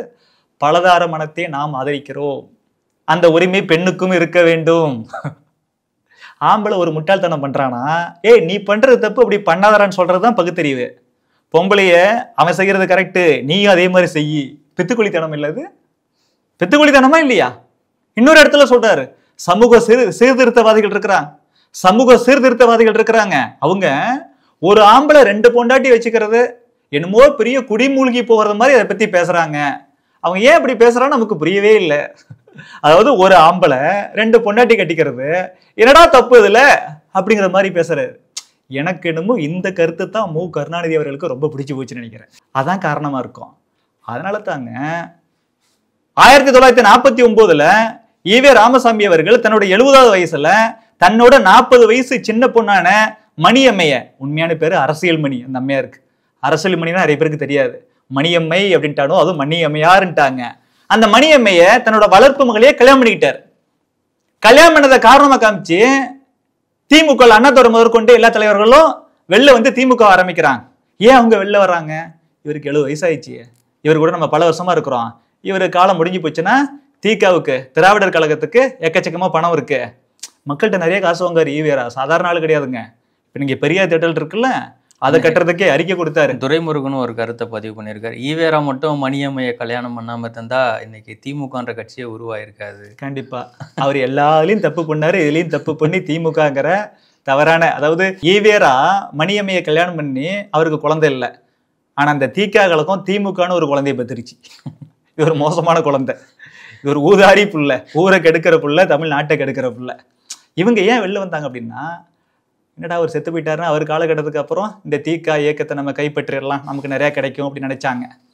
அவர் என்ன செஞ்சிட்டாரு, கூட உள்ள பசங்க எல்லாம் திருட்டு போயெல்லாம் இருக்கீங்க, தன்னை போல தானே அவர் மத்தவங்க நினைப்பாரு. அவர் என்ன செஞ்சிட்டாரு, இந்த பொண்ணை கல்யாணம் பண்ணி, வளர்ப்பு மகள் யார் இவங்க, இவரோட திக திராவிடர் கழகத்துல ஒருத்தர் இருந்தாருங்க, அவர் இறந்து போயிட்டார். அவர் இறந்து போன அப்புறம் அவளோட மகள் தான் இந்த அரசியல் மணி. இவர் கூட வந்து ஐயா நான் உங்களுக்கு உதவியா இருக்கிறேன்னு சொல்லி இவர் கூட சேர்ந்துருச்சு. அதனால இவர் எல்லா கூட்டத்துக்கும் கூட்டு போவாரு. என் மகளும் பாரு, வளர்ப்பு மகளும் பாரு. கூட்டத்தில் உள்ள சில பெண்கள்லாம் வந்துட்டு குழந்தைய தூக்கிட்டு போய் கூட்டத்தில் அட்டன் பண்ணுவாங்களே, என்ன பேசுறாங்கன்னு கவனிக்கலான்னு சொல்லி. அப்போ அவங்க குழந்தை அழுதுச்சுன்னா, அங்கே பாரு தாத்தா, அங்கே பாரு அவரோட மகள், இப்படி சொல்லுவாங்க. இவர் என்ன செஞ்சார், நான் வளர்ப்பு பொண்ணைய நான் கல்யாணம் பண்ணிக்கிறேன், இவங்க தான் எனக்கு அடுத்த வாரிசு, என் திராவிடர் கழகத்துக்கு இவங்க தான் வாரிசுன்னு சொன்ன அப்புறம் இவங்கெல்லாம் என்ன செஞ்சுட்டாங்கன்னா, இதுக்கு மேலே எங்கே இருந்தோம்னா நமக்கு எதிர்காலம் இல்லை. ஏன்னா இந்த அம்மாவுக்கு இப்போ தான் ஒரு 30 வயசு போல ஆகுது, இது எப்போ இது ஒரு 70 வயசு வரைக்கும் வளர்ந்துச்சுன்னா நம்ம அதுக்குள்ளே போய் சேர்ந்துடும் சொல்லி வெளியில் வந்து திமுக ஆரம்பிக்கிறாங்க. 1949 ஈவே ராமசாமி 70 வயசுல தன்னோட 40 வயசு கம்மியான மணியம்மையை கல்யாணம் பண்ண அப்புறம் அதை ஒரு காரணமாக காமிச்சு வெளில வந்த அண்ணாதுரை திமுக ஆரம்பிச்சு 1967 தான் ஆட்சி பிடிக்கிறார். இந்த 1949 இருந்து 1967 வரைக்கும் ஈவே ராமசாமி அண்ணாதுரை உள்ளிட்ட திமுக காரங்களை கண்ணா அப்படின்னு திட்டுவார். சாதாரணமா இல்ல, வார்த்தையில சொல்ல முடியாது. அவங்க என்ன செய்வாங்க, உன்னோட மோசமா நான் உன்னை திட்டுறேன் பாரு சொல்லி அவங்க மோசமா பேசுவான். இந்த 18 வருஷம் இவரு அவங்களை திட்டினது, அந்த ஆசாமிங்க இந்த ஆசாமியை திட்டினது, இது எல்லாத்தையும் நீங்க வந்துட்டு எங்கேயாச்சும் டைப் அடிக்க கொடுத்தீங்கன்னா, டைப் அடிக்கிற ஆள் இருக்கான்ல, ஐயோ இதெல்லாம் நான் பண்ண மாட்டேன் பாவம், இவ்வளவு மோசமான விஷயங்கள் இருக்கு, இந்த வார்த்தையை எப்படா நான் டைப் பண்றதுன்னு சொல்லி அவ்வளவு மோசமா இருக்கும். ஆனா அது ஒரு 1967 ஆட்சிக்கு வந்தப்புறம் ஆட்சியில யார் இருக்கிறாங்களோ, அது இங்கிலீஷ்காரனா இருந்தாலும் சரி, அதுக்கப்புறம் காமராஜர் இருந்தாலும் சரி, அதுக்கப்புறம் அண்ணாதுரையா இருந்தாலும், அவங்க ஆட்சியில இருக்கும்போது எதிர்ப்பார் ஈவே ராமசாமி, ஆட்சியில இருக்கும் பொழுது ஆதரிப்பார், ஆட்சியில இல்லாதப்பதான் எதிர்ப்பார். 1949 இருந்து 67 வரைக்கும் திமுக விமர்சனம் பண்ணார்ல. தன்னை விட்டு போன உடனே இவர் கல்யாணம் பண்ணிட்டாரு மணியம்மைய, தன்னை விட்டு வெளில போன அப்புறம் துரோகி பட்டாளம் எல்லாம் போயிடுச்சு அப்படின்னாரு, கண்ணீர் துளிகள் அப்படின்னாரு. அதுவும் இவங்களை விட்டு போன அப்புறம், திக விட்டு ஈவே ராமசாமியை விட்டு அண்ணாதுரை போன அப்புறம் என்ன கொலை பண்ண பாக்குறாங்க அப்படி சொல்லிட்டாரு. அவர் எழுதுனதெல்லாம் பார்த்தா நேரடியா அண்ணாதுரை அவர்களோட பேரை சொல்லாட்டியும் கிட்டத்தட்ட அண்ணாதுரை தான் என்ன கொலை பண்ண போறாரு அப்படின்னு தொனி வர்றது மாதிரி எழுதியிருப்பார். இதை பார்த்து கடுப்பாயி அண்ணாதுரை என்ன சொல்லிட்டாரு, நான் கேஸ் போட போறேன் அப்படின்ட்டாரு. கடுப்பாயி உடனே பம்மிட்டாரு, நான் ஒன்னெல்லாம் அப்படி சொல்லலப்பா, நான் பொதுவா சொன்னப்பா அப்படின்ட்டார். 1967 ஆட்சி பிடிச்ச அப்புறம் அண்ணாதுரை என்ன செஞ்சாருன்னா, சரி போயிட்டு போகுது, 1000 பேர் இருந்தாலும் 1949க்கு முன்னாடி அவர் கூட தானே இருந்தோம் அப்படி சொல்லி அவர் கூட கொஞ்சம் ராசியானார். இவர் தான் ஆட்சியில யார் இருந்தாலும் அவங்க கூட போயிட்டு ராசியாகி அவங்க காலை பிடிச்சுப்பாரு அப்படி இருந்தாரு. அண்ணாதுரை அப்படி இடம் கொடுத்தாலும் கூட, அவர் 1967 ஆட்சிக்கு வந்தாலும் கூட 1969 பிப்ரவரி மாசம் வரைக்கும் உயிரோடு இருந்தார். பிப்ரவரியில இறந்து போயிட்டாரு. அது வரைக்கும் இவரை பெருசா கண்டுக்கல. ஆனா ஈவே ராமசாமி என்ன செஞ்சிட்டாருன்னா, அண்ணாதுரை செத்த 2 மாசத்துல 1969 ஏப்ரல் மாசமே ஈவே ராமசாமிக்கு சிலை வைக்க ஆரம்பிச்சிட்டார். 1969 2 சிலை, 1970 2 சிலை, 72 ஒரு சிலை, 1973 ஒரு சிலை. மொத்தம் தமிழக அரசாங்கம், திமுக அரசாங்கம் போய் கலந்துக்கிடுச்சு. இதுல 7 இடத்துல தமிழகம் முழுவதும், தர்மபுரி, தஞ்சாவூர், ஈரோடு, மதுரை, திண்டுக்கல், கடலூர் சொல்லி 7 இடத்துல ஈவேராவுக்கு சிலை திறக்கிறாங்க. எந்த ஈவேராவுக்கு? சாமி சிலை எல்லாம் போய் மூட நம்பிக்கை, அதெல்லாம் ஒண்ணும் கிடையாது, அது வெறும் கருங்கல், கடவுளை கும்புறவெல்லாம் காட்டு முறாண்டி இப்பெல்லாம் சொன்ன கடவுள் சிலையை நம்ம வழிபட்டா மூட நம்பிக்கை. ஆனா உயிரோடு இருக்கிற இந்த ஆசாமிக்கு, இவர் உயிரோடு இருக்கும் பொழுதே 7 ஊர்ல சிலை. கருணாநிதி அன்றைய முதலமைச்சர் திமுக, அவரு போய் சிலை திறப்பு விழாவில் கலந்துப்பாரு. வெக்கக்கேடு என்ன தெரியுமா, எல்லா சிலை திறப்பு விழாவிலையும் ஈவேராவும் போய் கலந்துப்பாரு. நீ உயிரோடு இருக்கும் போதே உனக்கு வந்துட்டு ஒருத்தர் செலவு வைக்கிறானா, நான் பகுத்தறிவுவாதிடா, மூட நம்பிக்கை எதிராக பேசுறவன்டா, நான் சாமிக்கே செலவு வைக்க கூடாதுன்னு சொல்றேன், இந்த ஆசாமிக்கு ஏன்டா செலவு வைக்கிறேன் கேட்கணுமா இல்லையா? சரி அப்படியே நீங்க பைத்தியக்காரதை நினைச்சு பண்ணிட்டு போங்கடா, நான் வரமாட்டேன்னு சொல்லணும்ல குறைந்தபட்சம். அதையும் சொல்லாம இவரே போய் இதுல கலந்துப்பார். அண்ணாதுரை இவருக்கு செலவு வைக்கல, கருணாநிதி 7 இடத்துல இவர் உயிரோடு இருக்கும்போதே செலவு வச்சாரு. ஏன்? இவர் தான் சொல்லியிருக்காருல்ல, ஒரு ஆண் 2 பொண்டாட்டியை கல்யாணம் பண்ணிட்டா என்னடா தப்பு, குடியா மொழி போயிடுதுன்னு சொன்னார்ல, இது பிடிச்சிருக்குன்னு நினைக்கிறேன். அப்புறம் பலதார மனத்தை நான் வந்துட்டு ஆதரிக்கிறேன், பெண்களும் பலதார மனம் பண்ணிக்கிட்டோம். அப்புறம் கல்யாணம் பண்ணி புருஷ பொண்டாட்டியை வாழ்ந்துட்டு இருக்கிறாங்க, அந்த பொண்டாட்டி கொஞ்சம் திருப்தி கொடுக்கல, இன்பம் கொடுக்கல, அதனால என்ன செய்யணும் தெரியுமா, அப்படிப்பட்ட பொண்டாட்டியோட புருஷன் எல்லாம் அவ உன் கூட வாழும் பொழுது உன்னோட திருப்திக்காகவும் உன்னோட இன்பத்துக்காகவும் நீ இன்னொரு பொண்ணு கூட இரு, நீ இன்னொரு கல்யாணம் பண்ணு அப்படின்னு நான் தூண்டுகிறேன் அப்படின்றார். ஐயோ, வெறும் செக்ஸ் மட்டும்தான் லைஃபா? புருஷன் பொண்டாட்டி உறவுங்கிறது எவ்வளவு பெரிய உறவு! என்னடா பெரிய பிசிக்கல் பிளஸர் ஒரு பெரிய விஷயமா, உடல் இன்பம் ஒரு பெரிய விஷயமா? தூக்கி போட்டு அதை தாண்டி எவ்வளவு ஆன்மா கனெக்ட் ஆகணும், உணர்வு இதயம் கனெக்ட் ஆகணும். ஒரு நல்ல தலைவனை பிள்ளை சொல்லணும், இவர் சொல்றாரு, பொண்டாட்டி உனக்கு திருப்தி கொடுக்கலையா, இன்பம் இல்லையா உனக்கு, நீ இன்னொரு கல்யாணம் பண்ணு, நான் தூண்டுறேன் இந்த மாதிரி கல்யாணம் பண்ண சொல்லி. என்ன கொடுமை இது! ஒரு பெண்ணியவாதியா? இது பெண்ணியவாதியான்னு கேட்கிறேன். நிறைய என்ன தெரியுமா சொல்லியிருப்பாரு, பெண்கள் அடிமையா இருக்கிறதுக்கு காரணமே என்ன தெரியுமா, நீங்க புள்ள பெற்றுக்கிறது தான். பெண்கள் விடுதலை அடைய வேண்டுமானால் நீங்கள் பிள்ளை பெற்றுக் கொள்வதை அடியோடு நிறுத்த வேண்டும். கற்பத்தடை பிரச்சாரம் பண்ணணும் நிறையா. பிள்ளை பெற்றுக்கிற வரைக்கும் உங்களுக்கு விடுதலை கிடையாது. பெண்கள் உங்களோட கற்பப்பையை அகற்றி விட வேண்டும். ஆண்களை போல கிராப் வெட்டிக்க வேண்டும், ஆண்களை போல ட்ரெஸ் போட்டுக்கணும். சரி, ட்ரெஸ் விஷயத்துல கூட வித்தியாசம் பார்க்க வேண்டாம்னு விட்டுறலாங்க, ஹேர் கட்டு பிரச்சனை இல்லைங்க. நீங்க பெண்கள் எல்லாம் கற்பப்பையை அகற்றி விடணும், பிள்ளை பெற்றுக் கொள்வதை அடியோடு நிறுத்தி கொள்ள வேண்டும், அப்பதான் விடுதலை. அப்படின்னா உலகத்துல எப்பயாவது பெண்களுக்கு விடுதலை கிடைக்குமா?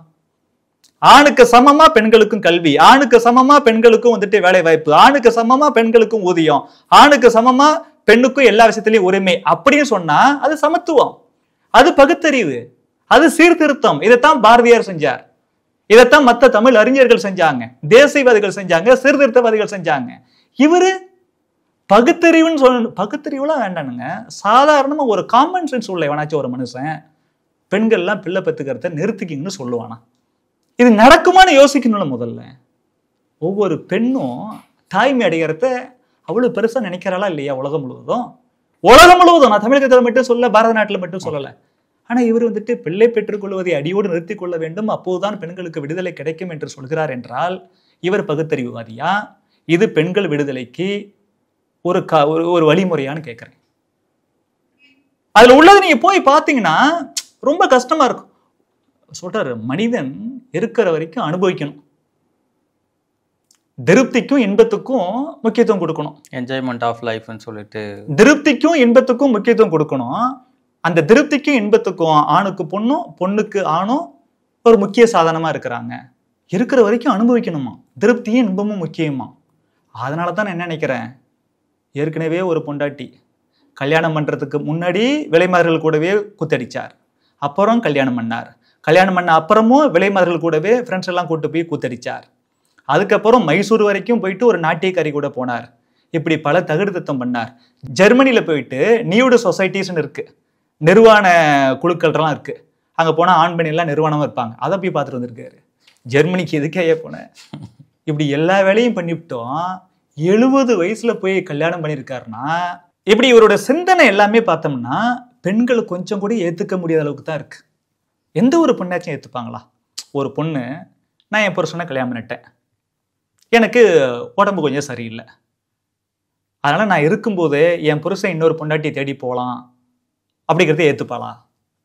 ஒரு பொண்ணு, என் புருஷனும் என்ன மாதிரியே வேற யாருனாலும் கல்யாணம் பண்ணிக்கிட்டோம், நிறைய பொண்டாட்டி கல்யாணம் பண்ணிக்கிட்டோம், நானும் அதே மாதிரி நிறைய புருஷனை கல்யாணம் பண்ணிக்கிறேன், அப்படி எந்த தமிழிச்சாவது விரும்புவாளா? ஆணுக்கும் பொண்ணுக்கும் அனுபவிக்கிறது தான் முக்கியம், இந்த வாழ்க்கையில திருப்தியும் இன்பமும் தான் முக்கியம் அப்படின்னு எந்த பொண்ணாவது நினைப்பாளா? எந்த பொண்ணாவது நான் பிள்ளை பெற்றுக்க கூடாது அப்படின்னு நினைப்பாளா? இப்படி உள்ள யாராச்சும் இப்படிப்பட்ட ஒரு ஆசாமிய தந்தை பெரியார்னு ஏத்துப்பாங்களா? இவ்வளவு மோசமான விஷயங்கள் எல்லாம் சொல்லியிருக்கிற பேசியிருக்கிற ஈவே ராமசாமியை எந்த தமிழனாவது உண்மையான அறிவு உள்ள, மற்றவங்க சொல்றத அப்படியே கேட்காம, உணர்ச்சியின் அடிப்படையில் கேட்காம, கொஞ்சமாவது யோசிச்சு பார்த்து செயல்படக்கூடிய எந்த ஒரு தமிழனாவது ஈவே ராமசாமியை தமிழின தலைவர்னு ஏத்துப்பானா? 2500 வருஷத்துக்கு முன்னாடி பிறந்த புத்தர் சொல்றாருங்க, நான் சொல்றேங்கிறதுக்காக நீ அப்படியே ஏத்துக்காத, நீ சிந்திச்சுப்பார், உனக்கு சரின்னு பட்ட ஏத்துக்குங்கிறார். இவர் என்ன திரும்ப சொல்றாரு, சிந்திக்க தெரியாதவனே எனக்கு வேண்டும் என்று ஈவே ராமசாமி சொன்னார்னு கண்ணதாசனே சொல்லியிருக்காரு. இப்ப கி வீரமணி சொல்றாரு, திமுக இருக்கக்கூடிய ராசா சொல்றாரு, உங்களுக்கு சொந்த புத்திலாம் வேண்டாம், நான் தந்த புத்தியே போதும் அப்படின்னு ஈவே ராமசாமி சொல்லியிருக்காராம். நீ 1973 செத்து விட்ட, இப்ப காலம் மாறிட்டு இருக்கு, நீ தந்த புத்தியே போதும்னா அப்ப இதுக்கப்புறம் வரவெல்லாம் முட்டாளா என்ன? இல்ல காலம் மாற்றதுக்கு தகுந்த மாதிரி எதையும் மாத்திக்க கூடாதா என்ன? ஆனா கற்றறிந்த அறிஞர் அமெரிக்காவிலையும் இங்கிலாந்துலயும் போய் படிச்சுட்டு உலகத்திலேயே ஒரு அறிவாளியா வந்திருந்த அண்ணல் அம்பேத்கர் அவர்கள் சட்டத்தை உருவாக்கி கொடுத்தாலும் நாங்க இப்போதைக்கு இந்த சொசைட்டியை, இந்த ஜென்ரேஷனை நாங்க எதிரொலிக்கிறோம், இது எங்களோட கருத்துக்கள். நாளடைவில் உங்களுக்கு ஏதாச்சும் மாற்றம் தேவைப்பட்டுச்சுன்னா சட்டத்துல நீங்க திருத்தம் கொண்டு வரலாம், அந்த காலகட்டத்துக்கு தகுந்த மாதிரி நீங்க வேற விஷயத்தை மாத்திக்கலாம், அது எப்படி மாத்தணுங்கிற வழிமுறையை மட்டும் நான் சொல்லிட்டு போறேன்னு சட்டத்துல சொல்லிட்டு போயிருக்காருல.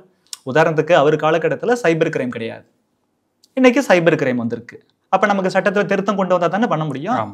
அப்ப புத்தரா இருக்கட்டும், அம்பேத்கரா இருக்கட்டும், இவங்கெல்லாம் என்ன சொல்றாங்க, காலத்துக்கு தகுந்த மாதிரி சில விஷயத்த மாத்தணும் அப்படின்றாங்க. அவங்க பகுத்தறிவுவாதிகளா? உனக்கு சொந்த புத்தி வேண்டாம், நான் தந்த புத்தியே போதும் அப்படின்னு சொல்ற ஈவே ராமசாமி பகுத்தறிவுவாதியா? அவர் சொல்றாரு, என்ன ஃபாலோ பண்ணி வரக்கூடிய ஆட்கள்லாம் புத்திசாலிகளா இருக்க வேண்டியங்கிற எந்த கட்டாயமும் இல்லை, அவன் முட்டாளா இருந்தாலும் பிரச்சனை இல்லை, பைத்தியக்காரனா இருந்தாலும் பிரச்சனை இல்லை, நான் சொல்றதை செய்யணும், அப்படிப்பட்ட ஆள் தான் எனக்கு வேணுங்கிறாரு.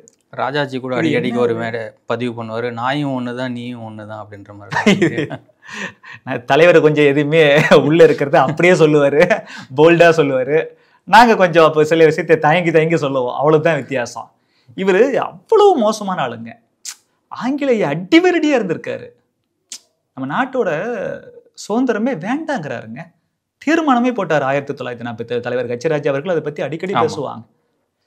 இந்தியாவுக்கு வந்துட்டு விடுதலை கொடுத்துறாதீங்க, இங்கிலீஷ்காரங்க நாட்டை விட்டு போயிடாதீங்க, ஏன்னா நீங்க இந்த நாட்டை விட்டு போயிட்டீங்கன்னா ஒரு குண்டூசி கூட எங்களால தயாரிக்க முடியாது. அட்டல் பிகாரி வாஜ்பாய்ங்கிற ஒரு மகத்தான தலைவன் 1999 ராஜஸ்தான்ல பொக்ரான்ல 5 வெடிகுண்டு அடுகுண்டு வெடிச்சு காமிச்சார். America, Japan, Canada, England, France, China எந்த நாட்டோட சேட்டலைட்டுக்கும் தெரியாம அட்டல் பிகாரி வாஜ்பாயும் அப்துல் கலாமும் சேர்ந்து 5 அணுகுண்டு வெடிச்சு காமிச்சாங்க. ஆனா இந்த ஈவே ராமசாமி, இங்கிலீஷ்காரங்களே நீங்க விட்டு போயிடாதீங்க, எங்களால ஒரு குண்டூசி கூட தயாரிக்க முடியாது அப்படின்னு காலை பிடிச்சி கெஞ்சினாரு. உச்சகட்டமா என்னதுமா சொன்னாரு, ஒருவேளை நீங்க ஒட்டுமொத்தமா இந்தியாவுக்கு விடுதலை கொடுத்தாலும் இந்த மெட்ராஸ்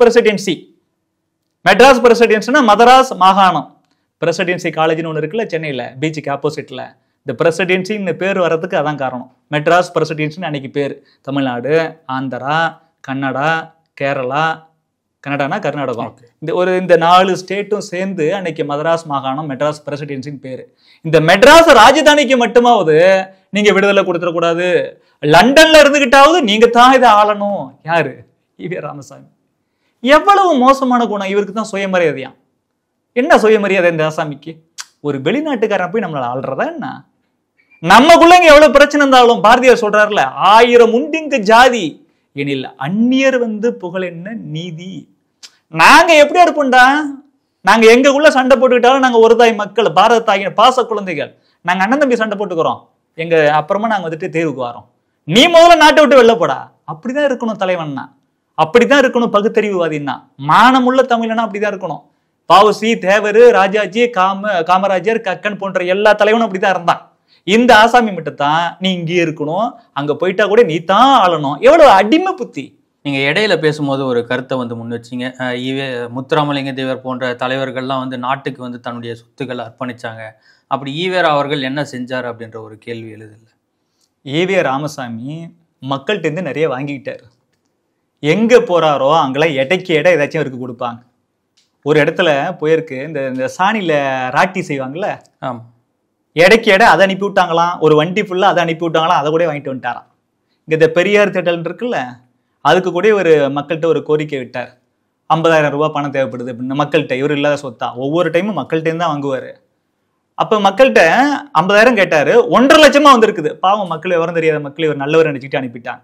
என்ன செஞ்சிருக்கணும், எனக்கு 50,000 போதும்னு சொல்லி வந்த உடனே நிறுத்திருக்கணும். மறுபடியும் ஒரு எழுதி 50,000 வந்துருச்சு போதும்னு சொல்லணும். அது இல்லாம 1.5 லட்சத்தையும் வாங்கிட்டாரு. சின்ன வயசுல இருந்து பார்த்தோம்னா யார்கிட்ட என்ன வாங்கலாம், இதுதான் அவரோட நோக்கமா இருக்கும். மக்கள்கிட்ட வந்துட்டு ஒரு செஞ்சதா ஒன்றும் பெருசா இல்லை. பசும்பொன் முத்துராமலிங்க தேவர் அவர்கள் தன்னோட சொத்து சுகம் எல்லாத்தையும் பட்டியல சமுதாய மக்கள் முதற்கொண்டு எந்த ஒரு ஜாதி வித்தியாசமும் பார்க்காம எல்லாருக்கும் ஏழைப்பாளைகளுக்கு எழுதி வச்சார். பெருந்தலைவர் காமராஜர் இறக்கும் பொழுது ஒண்ணுமே இல்லை, நாட்டுக்காகவே வாழ்ந்து போனார். ஆனா இவர் எவ்வளவோ சொத்தை விட்டுட்டு போயிருக்காரு. அந்த சொத்துக்காகத்தான் அரசியல் மணியம்மை இருக்காங்களே, அவங்கள வந்துட்டு கல்யாணம் பண்ணிட்டு ஜாலியா இருந்துட்டு அப்புறமா வந்துட்டு இவர் அவங்களுக்கு விட்டுட்டு போனாங்க. சின்ன வயசுல இருந்து இவரோட நேச்சரியாதாங்க. சொன்னா ஆச்சரியமா இருக்கும், சினிமாவில் கூட இப்படிலாம் நடக்காது. இவங்க அப்பாவுக்கு உடம்பு சரியில்லை, கிட்டத்தட்ட இறந்துருவார். என்ன வயசாயிடுச்சு, இறந்துருவாருங்கிற காலகட்டம். ஆனா இறக்கல, அவர் கட்டில படுத்திருக்காராம். ஈவே ராமசாமியும் இவங்களோட அண்ணன் ஈவே கிருஷ்ணசாமிக்கும் ஒரு ஆர்கியூமெண்ட் போகுது. என்ன ஆர்கியூமெண்ட் தெரியுமா? அப்பா செத்த அப்புறம் இவரை எரிக்கிறதா புதைக்கிறதா. எங்க உட்காந்து பேசுறாங்க, அப்பா பக்கத்துல படுத்திருக்காரு, இவங்க 2 பேரும் பேசிக்கிறாங்க. அவங்க அண்ணன் இல்ல, நம்ம வைணவ மரபு, நம்ம வழக்கப்படி அவரை எரிச்சிடணும். இவர் இல்ல ஈவே ராமசாமி, எரிக்க கூடாது, புதைக்கணும். அவர் எரிக்கணும், இவர் புதைக்கணும். இவங்க அப்பா, டேய் நான் இன்னும் சாவவே இல்லடா, நான் இன்னும் உயிரோட இருக்கிறேன்டா, ஓ சும்மாரியா பெருசு அப்படி சொல்லியிருப்பாங்க. அவர் எரிக்கணும், இவர் புதைக்கணும். அவர் சொல்றாரு, என்னடா தம்பி நீ பண்றது தப்பா இருக்க, நம்ம வழக்கப்படி வைணவ மரபுப்படி அவரை நம்ம எரிக்கத்தானே செய்வோம், இவர் புதைக்கணும். ஏன் தெரியுமா? இவருக்கு ஒரு லேண்ட் இருக்கு, இவங்க குடும்பத்துக்கு. அந்த லேண்ட் வந்துட்டு ரயில்வே நிலத்துக்கு பக்கத்துல இருக்கு. இப்ப நீங்க ரோடு கூட இப்ப எக்ஸ்பேண்ட் பண்றாங்கன்னா, நம்ம நிலமா இருந்தாலும் என்ன செய்வாங்க, கட்டடமா இருந்தாலும் அரசாங்கம் இடிக்கும், நிலமா இருந்தாலும் எடுத்துக்கும். அரசாங்கத்துக்கு கொடுக்கணும்னா கொடுத்தான் ஆகணும், அப்படித்தானே? இப்ப ரயில்வேவே எக்ஸ்பேண்ட் பண்ண போறாங்க. அப்ப ரயில்வே நிர்வாகம் என்ன செய்யுதுன்னா, நிலத்தை எடுக்கணும்னு ட்ரை பண்ணுது. இவர் பார்த்தாரு, ஐயையோ நம்ம நிலம் ரயில்வேக்கு போகுதா, இதை தடுத்து நிறுத்தணும், என்ன பண்ணலாம்? இவங்க அப்பா பார்த்துருக்காரு, ஆஹா மாட்டினார் ஒருத்தர், இவர் செத்துட்டாருன்னா எரிச்சிட்டோம்னு வச்சுக்கோங்க, அந்த லேண்டை அவன் பாட்டி எடுத்துட்டு போயிடுவான். என்ன சொல்லி அந்த லேண்டை எனக்கு கொடுன்னு கேட்கறது? அப்பா செத்த உடனே தூக்கி கொண்டு அதுல புதைச்சி அது மேல ஒரு சமாதி கட்டிட்டு அவன் எடுக்க வந்தானா, ஐயா எங்க அப்பா சென்டிமெண்டலா அட்டாக் பண்ணு. நம்ம அரசாங்கம் இல்லையா, ரயில்வே நம்ம அரசாங்கம் தானே, ஐயோ இது எப்படா தொடர்றதுன்னு கொஞ்சம் விட்டுரும். தன்னோட நிலத்தை அரசாங்கத்துக்கு ரயில்வேக்கே விட்டு கொடுக்க கூடாதுங்கிறதுக்காக மரபையே மீறி, யார் இப்ப இந்த சட்டமன்றத்துல மரபு மீறப்பட்டு இந்த குரூப் பேசும், எங்களோட தந்தைன்னு இவங்க சொல்றாங்கல்ல, அந்த தந்தையில வைணவ மரபையே மீறி அந்த நிலத்துக்காக அவங்க அப்பாவை புதைச்சி ஒரு சமாதி கட்டிட்டாங்க. சுயநலம். இதுதான் ஈவே ராமசாமி. இந்த வரலாறுலாம் சிலபஸ்ல வச்சா தானே புரியும். வாங்காத யுனெஸ்கோ அவார்டை வாங்கினதா சிலபஸ்ல வச்சிருக்கிறாங்க. செஞ்ச அயோக்கியத்தனம், சுயநலம், முட்டாள்தனமான கருத்துக்கள் எதையுமே சிலபஸ்ல வைக்கல. ஈவே ராமசாமி ஒரு தற்குறி, அண்ணல் அம்பேத்கர் மிகப்பெரிய அறிவாளி. ஈவே ராமசாமி ஒரு சுயநலவாதி, அண்ணல் அம்பேத்கர் இந்த நாட்டு மக்களுக்காகவே நாட்டுக்காகவே வாழ்ந்த பொதுநலவாதி. ஈவே ராமசாமி ஒரு பிற்போக்குத்தனம் கொண்ட ஒரு ஆசாமி. அண்ணல் அம்பேத்கர் உள்ளிட்ட தேசிய தலைவர்கள் ஒரு முற்போக்கு சிந்தனை கொண்டவர்கள். ஈவே ராமசாமி ஒரு பிரிவினைவாதி. அண்ணல் அம்பேத்கர், தேவர், ராஜாஜி, வஉசி, காமராஜர், கக்கன் இவங்கெல்லாம் தேசியவாதிகள். ஈவே ராமசாமி தன்னோட நோக்கத்துக்காக, தன்னோட இன்பத்துக்கும் திருப்திக்கும் மட்டுமே வாழ்ந்த ஆசாமி. மற்ற தலைவர்கள் எல்லாம் மக்களுக்காகவும் நாட்டுக்காகவும் மொழிக்காகவே வாழ்ந்தவர்கள். யார் பெரியார் என்பதை தமிழக மக்கள், குறிப்பாக கல்லூரி மாணவ மாணவிகள், பெண்கள், பெரியவர்கள் தெரிந்து கொள்ள வேண்டும். நம்மை பொறுத்தளவு வீரபாண்டிய கட்டபொம்மன் பெரியார், மருது சகோதரர்கள் பெரியார்கள், பூலித்தேவன் பெரியார், வேலு நாச்சியார் பெரியார், அவங்க நமக்கு பெரியவங்க. வஉசி பெரியார், வாஞ்சிநாதன் பெரியார், சுப்பிரமணிய சிவா பெரியார், நீலகண்ட பிரம்மச்சாரி பெரியார், வாவேசு ஐயர் பெரியார், வாஞ்சிநாதன் பெரியார், பசும்பொன் முத்துராமலிங்க தேவர் பெரியார், ராஜாஜி பெரியார், காமராஜர் பெரியார், கக்கன் பெரியார். ஈவே ராமசாமி சிறியார். அவர் தமிழின தலைவர் கிடையாது, அவர் பகுத்தறிவுவாதி கிடையாது. இந்த உண்மையை நாமளா சொல்லல, இட்டுக்கட்டி சொல்லல. சீமான் வந்துட்டு ஆதாரம் இல்லாம ஒரு விஷயத்த சொல்லிட்டாருன்னு கொதிக்கிறாங்கல்ல, தேசியவாதிகள், குறிப்பா RSS காரங்க, பிஜேபி காரங்க எதையுமே வந்துட்டு ஆதாரம் இல்லாம பேசுறது இல்லை. நாங்க இன்னும் பல்வேறு விஷயங்கள் ஈவேரா குறித்து இருக்கு. ஆனா எங்க தலைவர் அண்ணாமலை அவர்கள் சொன்னது போல அன்றைய காலகட்டத்தில் அருவருக்கத்தக்க வகையில் இந்த ஈவே ராமசாமி நிறைய பேசியிருக்காரு. அதெல்லாம் வெளில சொல்ல முடியாது. 1-2 வந்துட்டு நாங்க கொஞ்சம் அநாகரிகமான கருத்துக்களை சொன்னது கூட, அவரோட கருத்துக்களை சொன்னது கூட தொட்டு காமிக்கணும்ல, அப்பதானே மக்களுக்கு உண்மை புரியும். நாங்க எல்லாத்தையும் சொல்லல, எங்க தலைவர் சொல்லியிருக்காரு, அது போய் தொலையுது, அதெல்லாம் நம்ம பேசக்கூடாது, ஆதாரம் இருக்கு, பேச வேணாம். அந்த வகையில எங்க தலைவர் சொன்னதை ஏத்து பல்வேறு விஷயத்த சொல்லாம விட்டுருக்குறோம். ஆனா நான் சொன்ன அத்தனை விஷயத்துக்கும் ஆதாரம் இருக்கு. இந்த ஆதாரம் என்பது தமிழர் தலைவர் தந்தை பெரியார் வாழ்க்கை வரலாறு. எழுதினவர் யாரு? சாமி சிதம்பரனார். இவர் யாரு? ஈவே ராமசாமி கூடவே அவரோட சீடனா இருந்தவர் பல வருஷம். இந்த புத்தகம் ஈவே ராமசாமி 1879 பிறந்தார்ல, அவரோட ஃபர்ஸ்ட் 60 ஆண்டுகள் வாழ்க்கை வரலாறு சொல்லுது. இந்த புத்தகத்தோட சிறப்பு என்ன தெரியுமா? இந்த சாமி சிதம்பரனார் ஈவே ராமசாமியோட சீடர். அவரு இந்த புத்தகத்தை எழுதி ஈவே ராமசாமிகிட்டே கொடுத்து இதுல உள்ளதெல்லாம் கரெக்டானு பாருங்கன்னு சொல்லி அவரும் பார்த்து, ஆமா இதெல்லாம் உண்மைத்தான். எதெல்லாம் உண்மை? நான் கல்யாணத்துக்கு முன்னாடியே விலைமாதர்கள் கூட போனேன், கல்யாணத்துக்கு அப்புறமும் போனேன், மைசூர் வரைக்கும் போனேன், என் பொண்டாட்டியே சமைச்சு கொடுக்க சொன்னேன் நான் விலைமாதர்கள் கூட போறதுக்கு, என் பொண்டாட்டியே நான் தாசின்னு சொன்னேன், என் பொண்டாட்டி செய்வோம் ஆனா அவ சாப்பாட்டுக்குள்ள எலும்பு துண்டை வச்சேன், என் பொண்டாட்டி செத்த அப்புறம் யாருமே அழக்கூடாதுன்னு சொல்லி வற்புறுத்தினேன். இப்படிப்பட்ட தகவல்கள் எல்லாம் இதுலயே இருக்கு. இது தீக்கா இருக்குல்ல, கி வீரமணி இருக்காரு, அவங்களே கூட வெளியிட்டு இருக்கிறாங்க. இந்த பதிப்பகம் பொறுத்தளவு சந்தியா பதிப்பகம். வாங்கி இதுல இல்லாத விஷயம் ஏதாச்சும் இருந்துச்சுன்னா யாருனாலும் எதனாலும் கேள்வி கேட்கலாம். இது மட்டுமா? இன்னொன்னு, இது 60 ஆண்டுகள் வாழ்க்கை வரலாறு இல்லையா? அடுத்தது ஈவே ராமசாமியோட தந்தை பெரியார் முழு முதற் வாழ்க்கை வரலாறு கவிஞர் கருணானந்தம். இந்த கவிஞர் கருணானந்தம் யாரு? இவரும் ஈவேராவோட சீடர். முழுசா அவரோட வாழ்க்கை, அவர் தான் 94 வயசு வரைக்கும் வாழ்ந்தார், 1973 வரைக்கும். முழுசா ஒரு வாழ்க்கை வரலாற பதிவு பண்ணி இருக்கக்கூடிய முதல் புத்தகம்னு இவரே சொல்றாரு. இவங்க 2 பேருமே ஈவேராவுடைய சீடர்கள். இந்த 2 புத்தகத்துல இருந்து மட்டுமே நான் இவ்வளவு விஷயங்களை சொல்லியிருக்கிறேன். இப்ப ஆணைமுத்து ஐயா அவரும் ஈவேராவோட வழி வந்தவர் தான், நல்ல மனுஷன். ஆனா 20 தொகுதிகளா ஈவே ராமசாமி பேசுனது எழுதுனது எல்லாத்தையும் போட்டிருக்கிறார். இந்த 2 புத்தகத்திலேயே இவ்வளவு இருக்கு அப்படின்னா அந்த 20 புத்தகத்துல எவ்வளவு இருக்கும்? இதே இல்லாம இப்ப சீமான் சொல்றாருல, ஏன்னா ஆதாரம் கூடன்னு கேக்குறீங்க. நீ கண்ணதாசன், பாரதியார், இப்ப கருணாநிதி முதற்கொண்டு அவங்களோட எழுத்து பேச்சு எல்லாத்தையும் நாட்டோடமை ஆக்கி வச்சாச்சுல. நாட்டோடமைனா எந்த பப்ளிகேஷனாலும் யாருனாலும் வெளியிடலாம். ஈவே ராமசாமியோட எழுத்துக்கள், பேச்சுகள், அவர் நடத்தின விடுதலை, குடியரசு உள்ளிட்ட பத்திரிகைகள், இது எல்லாமே வீரமணி தலைமையில இயங்கக்கூடிய திராவிடர் கழகத்திட்ட அப்படியே இருக்கு. நாட்டோடமை பண்ணல. ஏன் நாட்டோடமை பண்ணல? இந்த 2 புத்தகத்திலேயே இவ்வளவு இருக்கேடா. இவர் ஆணைமுத்தி எழுதின 20 புத்தகத்திலேயே அவ்வளவு இருக்குமே. நம்ம எல்லாத்தையும் நாட்டோடமை பண்ணிட்டோம் அப்படின்னா ஈவேரா பத்தி அவர் எழுதுனது பேசுனது பத்தி எல்லாருக்கும் தெரிஞ்சு போயிடும். தீக்கான்னு ஒரு ஏக்கமே இருக்க முடியாது. தீக்கா பெரியார்னு சொல்லிட்டு வெளில போனோம்னா மக்கள் நம்ம சும்மா விட மாட்டாங்கன்னு பயந்து போய்தான் அதெல்லாம் வெளில காமிக்க மாட்டேங்கிறாங்க. அதெல்லாம் வந்துட்டு நாட்டோடமை ஆக்க மாட்டேங்கிறாங்க. உண்மை புரிஞ்சிடுச்சா? கோர்ட்டு சொன்னது சரிதானே? சமுதாயத்துல ஒரு பதற்றம் இருக்குன்னு எவ்வளவு மோசமா எழுதியிருந்தா, பேசியிருந்தா, நடந்திருந்தா எந்த மக்களுக்கு பதற்றம் வராது? நீங்களே முடிவு பண்ணிக்கிங்க இவரை தமிழின தலைவர்னு சொல்லலாமா?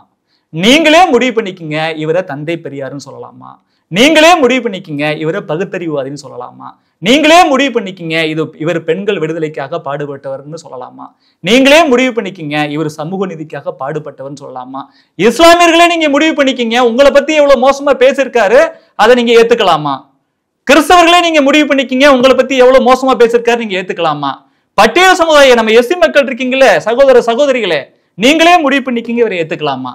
ஒட்டுமொத்த இந்துக்களே ஏற்கனவே உங்களுக்கு தெரியும், விவரம் தெரிஞ்சவங்க, இவர் சொல்றதை ஏத்துக்க முடியாது.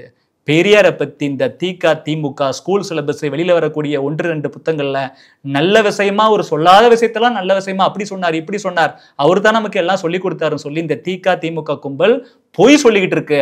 ஆனா உண்மையெல்லாம் வரலாற்றுல பதிவு பண்ணப்பட்டிருக்கு, இந்த புத்தகங்கள்ல பதிவு பண்ணப்பட்டிருக்கு. இன்னும் வெளிவராத பல பத்திரிகைகள், ஈவேரா நடத்தின பத்திரிகைகள், புத்தகங்கள், அதெல்லாம் வெளில வந்தா இன்னும் அநாகரிகமா இருக்கும். அதனாலதான் அவங்க நாட்டோடமை பண்ணாம வச்சிருக்கிறாங்க. மன்னிப்பு கேட்ட சாவர்கர் பரம்பரையெல்லாம் ஈவேரா பத்தி பேசலாமா? விடுதலை போராட்ட தியாகிகளை, வீரர்களை இந்த மாதிரி கொச்சப்படுத்தி பேசுறவன் அரக்கனா இருக்கணும், அராஜகவாதியா இருக்கணும், மனசாட்சிங்கிறது மருந்துக்கு கூட இல்ல ஆசாமியா இருக்கணும். அப்படிப்பட்ட ஆசாமிகளை தான் வீர சாவர்கரை எவ்வளவு மோசமா பேசுவான். சின்ன வயசுலயே 50 ஆண்டுகள் சிறை தண்டனை, இரட்டை ஆயுள் தண்டனை ஆங்கிலேய அரசாங்கத்தால் கொடுக்கப்பட்டு அந்தமான் செல்லுலார் ஜெயிலில் அடைக்கப்பட்டவர் வீர சாவர்கர். இங்கிலீஷ்காரனுக்கு சிம்ம சொப்பனமா இருந்தார். இங்கிலாந்துல இருந்து அந்தமான் தீவிற்கு அவரை கொண்டு வரும் பொழுது கப்பல் பிரான்ஸ்ல மார்ஷல்ஸ் துறைமுகத்துல நிற்கும் போது பாத்ரூம் போறேன்னு சொல்லி பாத்ரூம்ல இருந்த கண்ணாடியை ஒட்டச்சி உடம்புல உள்ள ட்ரெஸ் எல்லாம் அவுத்து போட்டு வெறும் இன்னோஸோட அந்த சின்னதா ஒரு ஜன்னல் இருக்குள்ள பாத்ரூம்ல அதுல ஏறி குதிச்சு தண்ணியில குதிச்சு, கடல்ல நீந்துறது எவ்வளவு கஷ்டம் எனக்கு தெரியும். நான் ஏரியில நீந்துவேன், கிராமத்துக்காரன். ஆனா கடல் நீந்துறதுக்கு பயப்படுவேன், ரொம்ப கஷ்டம். ஆனா ஒரு 25 வயசு ஒரு இளைஞனை கடல்ல குதிச்சு நீந்தி வந்து பிரான்ஸ் மண்ணில் இறங்கி இந்தியாவுக்கு விடுதலைக்காக நான் போராடுகிறேன்னு சொல்லி, ஆனா அந்த ஆங்கிலேய போலீஸ் சூழ்ச்சி செஞ்சு அந்நிய மண்ணில் வர திருடன் சொல்லி கைது பண்ணிட்டு வந்துட்டான். அப்ப உலக பத்திரிகைலாம் எழுதுறாங்க, உலக விடுதலை போராட்ட வரலாற்றில் இந்த மாதிரி சாகசம் இதுவரை நடந்ததே இல்லை அப்படிங்கிறான். ஒரு 25 வயது இளைஞன் தனதோட தாய்நாடு பாரத நாட்டுக்கான விடுதலைக்காக எவ்வளவு பெரிய வீரத்தீர செயலை செய்திருக்கிறான் அப்படி சொல்லி உலக பத்திரிகை எல்லாம் பாராட்டுது. இது வரைக்கும் வரலாற்றுல அப்படி நடக்கல அப்படிங்குது. கையும் காலையும் கட்டி போட்டு அப்படியே ராப்பகல்லாம் ஜெயில கொண்டு வந்துட்டு அந்தமான் செல்லுலார் சிறையில் அடைக்கிறான். வெளிச்சத்தே பார்க்க முடியாது. 10-11 வருஷம் அப்படி ஜெயில போடுறாங்க. வாவு சிதம்பரனார் போல செக்கிழுக்க வைக்கிறாங்க, கல்லுடைக்க வைக்கிறாங்க. குடிக்க தண்ணி அதிகமா கொடுக்கல. பாத்ரூம் ஒன் பாத்ரூம் போகணும்னா ஒரு நாளைக்கு இத்தனை முறை தான் போகணும் சட்டம் போடுறான். எத்தனாவது வயசுல சிறைக்கு போனார்? 25 வயசு தான் இருக்கும். ஓகே, அவ்வளவு சின்ன வயசுல யோசிச்சு பார்க்க முடியுமா? அவ்வளவு சிரமப்பட்டார். அது அவர் ரூமுக்கு பக்கத்துல கைதிகள் இருப்பாங்கல்ல, தூக்குல போடுவாங்கல்ல, வேணும்னே தூக்குல போடும்போது கதறுவாங்கள, அலறி கத்துவாங்கல்ல, அந்த சத்தம் கேட்கிற அறையிலே அவரை போட்டிருக்கிறான். தினந்தோறும் இந்த மாதிரி நீங்க ஒரு ரூம்ல இருக்கீங்க, இருட்டு அறையில போட்டு வச்சிருக்கிறான். பக்கத்துல தூக்கில் இடும்போது உயிர் போற அந்த சத்தம் கேட்குது, கதறல் கேட்குது. உங்க மனநிலை எப்படி இருக்கும்? நெஞ்சுரத்தோட இருந்தான் வீர சாவர்கர். அவ்வளவு சிந்திச்சான். செவுத்துல கவிதைகள் எழுதி வச்சான். ஆயிரக்கணக்கான கவிதைகள். மிக மகத்தான வீரன் மட்டும் இல்ல, மாபெரும் கவிஞனும் கூட. 10-11 வருஷம் ஜெயில இருந்தப்புறம் சிறை கைதிகளுக்குன்னு சொல்லி அன்னைக்கு சட்டப்படி சில பிராக்டிஸ் உண்டு. கிளமன்சி பெட்டிஷன் போடலாம், கருணை மனு போடலாம். அவனே ஒரு ஃபார்ம் வச்சிருப்பான். நீங்க பேங்குக்கு எல்லாம் போனோம்னா டிடி எடுக்கணும்னா நீங்களா ஒரு பேப்பர்ல எழுதி கொடுக்க முடியாது. அவன் ஒரு ஸ்லிப் வச்சிருப்பான், ஒரு சலான் வச்சிருப்பான். அதுல எங்க பேர் எழுதணுமோ அங்கதான் பேர் எழுதணும், எங்க அமௌண்ட் எழுதணுமோ அங்கதான் அமௌண்ட் எழுத முடியும். அந்த மாதிரி அவன் ஃபார்மெட் வச்சிருக்கான், ஒரு ஃபார்ம் வச்சிருக்கான். அந்த அப்ளிகேஷன்ல ஃபில் பண்ணி கொடுக்குறாரு. மன்னிப்பு கடிதம் இல்லது, மன்னிப்பு கேட்கல, கருணை மனு போடுறாங்க. இன்னைக்கும் கூட தூக்கு தண்டனை விதிக்கப்பட்டால் நீங்க கருணை மனு போடலாம்ல? ராஜீவ்காந்தி கொலை வழக்குல நிறைய பேர் கருணை மனு போட்டு தானே வெளில வந்திருக்கிறான். அவெல்லாம் மன்னிப்பு கடிதம் எழுதி கொடுத்துட்டு வெளில வந்தானா சொல்லியிருக்கீங்க? நம்மளோட பிரதமரை கொண்டாங்க. அவனே வந்துட்டு சட்டப்படி கருணை மனு போட்டு வெளில வரான். அவனை மு.க. ஸ்டாலின் முதலமைச்சர் வந்துட்டு கட்டி பிடிச்சு கொஞ்சறாரு, பாராட்டுறாரு. அவனை நீ மன்னிப்பு கடிதம் கொடுத்ததா சொல்லல, நீ மன்னிப்பு கேட்டேன்னு சொல்லல, அவனை கொண்டாடுறீங்க. நாட்டோட முன்னாள் பிரதமரை கொண்டவங்க. காங்கிரஸ் கட்சி ராஜீவ் காந்தி வந்துட்டு காங்கிரஸ் கட்சிங்கிறதுக்காக அவர் போகட்டும்னு நினைக்கல. நம்ம நாட்டோட பிரதமராக இருந்தவர், அவரை கொன்னது தப்புங்கிறோம். ஆனா நீ சட்டத்தை பயன்படுத்தி என்ன செய்யற? கருணை மனு போட்டு நீ வெளில வர. அது கருணை மனு. ஈவன் கருணை மனு அவங்க போட்டு கூட வெளில வந்தாங்கன்னு சொல்ல மாட்டேன். ஆனா விடுதலைக்காக போராடி சொல்லொன்னா துயரங்களை அனுபவித்து 11 வருஷத்துக்கு மேல ஜெயில இருந்து அவனோட சிஸ்டம் படி, அன்னைக்கு இருந்த ஆங்கிலேய அரசாங்கத்தோட சிஸ்டம் படி ஒரு கருணை மனு போட்டு வெளில வந்த மனுஷனை மன்னிப்பு கடிதம் எழுதி கொடுத்தாருன்னு சொல்லுவியா? இன்னைக்கு காங்கிரஸ் கட்சியில இந்த பாலான போன முட்டாள் ராகுல் காந்தி அப்படி சொல்லிட்டு கிடக்காரு. ஆனா ராகுல் காந்தியோட பாட்டி இந்திரா காந்தி பிரதமரா இருக்கும்போது என்ன சொல்லியிருக்கிறாங்க? Is a great son of India. நம்ம நாட்டோட நம்ம தாய் நாடு இருக்குல்ல இந்தியா, நம்ம இந்திய தாயோட ஒரு மகத்தான தலைவன், மகத்தான மகன் அப்படின்னு இந்திரா காந்தியே பாராட்டி சொல்றாங்க. அந்த வீர சாவர்கர் வெளியில எதுக்கு வந்தாரு? ஏற்கனவே 11 வருஷம் நாட்டோட விடுதலைக்காக, சொந்த விஷயத்துக்காக இல்ல. அவர் அண்ணன், அவங்க தம்பி, அத்தனை பேரும் நாட்டோட விடுதலைக்காக போராடி தியாகம் பண்ணாங்க. அவங்க அண்ணனோட ஒய்ஃப்லாம், அவங்க அப்பாவும் இறந்து போயிட்டார். இவங்க அண்ணன் தம்பி 3 பேரும் ஜெயில இருக்கிறாங்க. கவனிக்கிறதுக்கு ஆள் இல்ல. கோயில்ல படுத்து கிடந்தாங்க. ஈவே ராமசாமி 2 பொண்டாட்டி கட்டினாரு. அந்த 2 பொண்டாட்டில யாராச்சும் ஒருத்தி இந்த மாதிரி இருந்தாங்களா? அண்ணாதுரையோட குடும்பம் அப்படி கஷ்டப்பட்டுச்சா? கருணாநிதியோட குடும்பம் அப்படி கஷ்டப்பட்டுச்சா? ஸ்டாலின் குடும்பம் அப்படி கஷ்டப்படுதா? எதிர்காலத்தில் அப்படி கஷ்டப்படுமா? வாய்ப்பே இல்லை. எதுக்கு சார் செஞ்சாங்க இதெல்லாம்? வீர சாவர்கர் சொல்றாரு, நாங்க 3 பேர் தான் அண்ணன் தம்பி, அதனால 3 பேரும் தேசத்துக்காக தியாகம் பண்றோம். இதே நாங்க 7 பேரும் அண்ணன் தம்பியா இருந்தா கூட 7 பேரும் தேசத்துக்காக தியாகம் பண்ணிருப்போம். அவருக்கு 2 சாய்ஸஸ் இருந்துச்சு. ஏற்கனவே 11 வருஷம் ஜெயில இருந்தாச்சு. ஒண்ணு இந்த கருணை மனு எழுதி போடாம கடைசி வரைக்கும் ஜெயிலே கடந்து சாவறது, இல்லையா சட்டப்படி, சட்டத்துல இருக்கக்கூடிய வாய்ப்புப்படி கருணை மனு போட்டுட்டு வெளியில வந்து சமுதாய மக்களுக்காக, இந்திய மக்களுக்காக பாடுபடுவது. இந்திய சமுதாயத்துல தீண்டாமை இருக்கிறது, தீண்டாமையை ஒழிக்கணும், ஜாதியை ஏற்றத்தாழ்வை அழிக்கணும், அதுக்கு பாடுபடுவது. கடைசி வரைக்கும் இந்து சமுதாயம் ஒற்றுமையோடு இருக்க வேண்டும், ஜாதிய வேற்றுமை பார்க்க கூடாது, தீண்டாமை பாராட்டக்கூடாது அப்படின்னு பாடுபட்டாரா இல்லையா? அண்ணல் அம்பேத்கர் அவர்களே வீர சாவர்கர் அவர்களை பாராட்டி கடிதம் எழுதியிருக்கிறார் இல்லையா? ஒரு மிகப்பெரிய கோவில் கட்டி அந்த கோயிலை நீங்க தான் திறந்து வைக்கணும்னு சொல்லி அண்ணல் அம்பேத்கர் அவர்களை வீர சாவர்கர் கூப்பிட்டாரா இல்லையா? அன்னைக்கு இன்னொரு டேட், அந்த டேட்ல நான் இன்னொரு நிகழ்ச்சிக்கு ஒத்துக்கிட்டேன், வர முடியலன்னு சொல்லி, அதனால இது ஒரு வாய்ப்பா பயன்படுத்தி நீங்க இந்த தீண்டாமையை ஒழிப்பதற்காக எவ்வளவு பாடுபடுகிறீர்களோ உங்க பணியை பாராட்டுவதற்கு வாய்ப்பா பயன்படுத்திக்கிட்டு இந்த கடிதத்தை எழுதுறேன்னு சொல்லி அண்ணல் அம்பேத்கர் அவர்கள் வீர சாவர்கர் அவர்களுக்கு லெட்டர் எழுதினாரா இல்லையா? ஒரு ஹோட்டல்னு ஒண்ணு ஆரம்பிச்சு அதுல இவரே ஃபண்ட் பண்ணி பிராமின், எஸ்சி, நான் பிராமின் எல்லாத்துக்கும் ஆளுக்கு ஒரு ஷேர் கொடுத்து நீங்க எல்லாரும் சேர்ந்து இந்த ஹோட்டலை சமத்துவமா நடத்துங்க, ஜாதி வித்தியாசம் பார்க்காம எல்லாரும் உட்காந்து சாப்பிடட்டும் அப்படின்னு பண்ணாரா இல்லையா? சீர்திருத்தம் பண்ணாரா இல்லையா வீர சாவர்கர்? சமபந்தி போஜனம் வச்சாரா இல்லையா வீர சாவர்கர்? அப்படிப்பட்ட ஒரு மகத்தான தலைவனை மன்னிப்பு கேட்டாருன்னு சொல்றது, எங்களெல்லாம் மன்னிப்பு கேட்டவரோட பரம்பரைன்னு சொல்றது. தியாக தலைவன் அவன், அவரை இப்படி விமர்சனம் பண்றது. விடுதலை போராட்ட வீரன் அவன், அவனை இப்படி தப்பா சொல்றது. மாபெரும் வரலாற்று அறிஞனவன், மாபெரும் கவிஞனவன், மாபெரும் எழுத்தாளன் அவன், சமூக சீர்திருத்தவாதி அவன், அன்னைக்கே ஆலய நுழைவுக்கு ஆதரவு கொடுத்தவன் அவன், அன்னைக்கே சமபந்தி போஜனம் நடத்தினவன் அவன், அன்னைக்கே அம்பேத்கருக்கு அவ்வளவு முன்னுரிமை கொடுத்தவன் அவன். அந்த தலைவனை மன்னிப்பு கேட்டாருன்னு இல்லாத சொல்றது, எங்களை அவரு பரம்பரையில வந்தவர்னு நக்கலா சொல்றது. சொல்ற நீங்க யாருடா? சொல்ற ஒவ்வொருத்தரும் யாரு? நீங்க தந்தை பெரியார்னு சொல்ற, அவங்களோட வாரிசுகள் சொல்றவன் யார் இந்த தந்தை பெரியாரு? உண்மையாவே இங்கிலீஷ்காரன்ட்ட மன்னிப்பு கேட்டது ஈவே ராமசாமியும் அவரோட கும்பலும் தான். இந்த வரலாறு நிறைய பேருக்கு போய் சேரல. 1935 வருஷம் பகத்சிங் ஜெயில இருக்கும்போது அவங்க அப்பாவுக்கு ஒரு கடிதம் எழுதியிருந்தார். அந்த கடிதத்தை ஈவே ராமசாமி அவங்க அண்ணன் வந்துட்டு ஒரு பதிப்பகம், உண்மை வெளிச்சம் அப்படின்னு ஒரு பதிப்பகம், அதோட ஓனரா இருக்கிறார். அந்த பதிப்பகத்தின் சார்பில் அங்க பகத்சிங் அவங்க அப்பாவுக்கு லெட்டர் எழுதினார்ல, அந்த கடிதத்தை தமிழ்ல டிரான்ஸ்லேட் பண்ணி ஒரு சின்ன புத்தகமா கொண்டு வரான். அந்த கடிதத்தை மொழிபெயர்க்கிறது யார் தெரியுமா? ஜீவானந்தம். எந்த ஜீவானந்தம்? பிற்காலத்துல கம்யூனிஸ்ட் கட்சியோட தலைவராக இருந்த ஜீவானந்தம் அந்த புத்தகத்தை மொழிபெயர்க்கிறார் தமிழ்ல. நான் ஏன் நாஸ்திகன் ஆனேன் அப்படின்னு தலைப்பு வச்சு சின்ன புத்தகமா வெளில வருது. புத்தகத்தை மொழிபெயர்த்தவர் யாரு? ஜீவானந்தம். எந்த அச்சகம்? உண்மை வெளிச்சம். அந்த உண்மை வெளிச்சம் அச்சகத்தோட ஓனர் யாரு?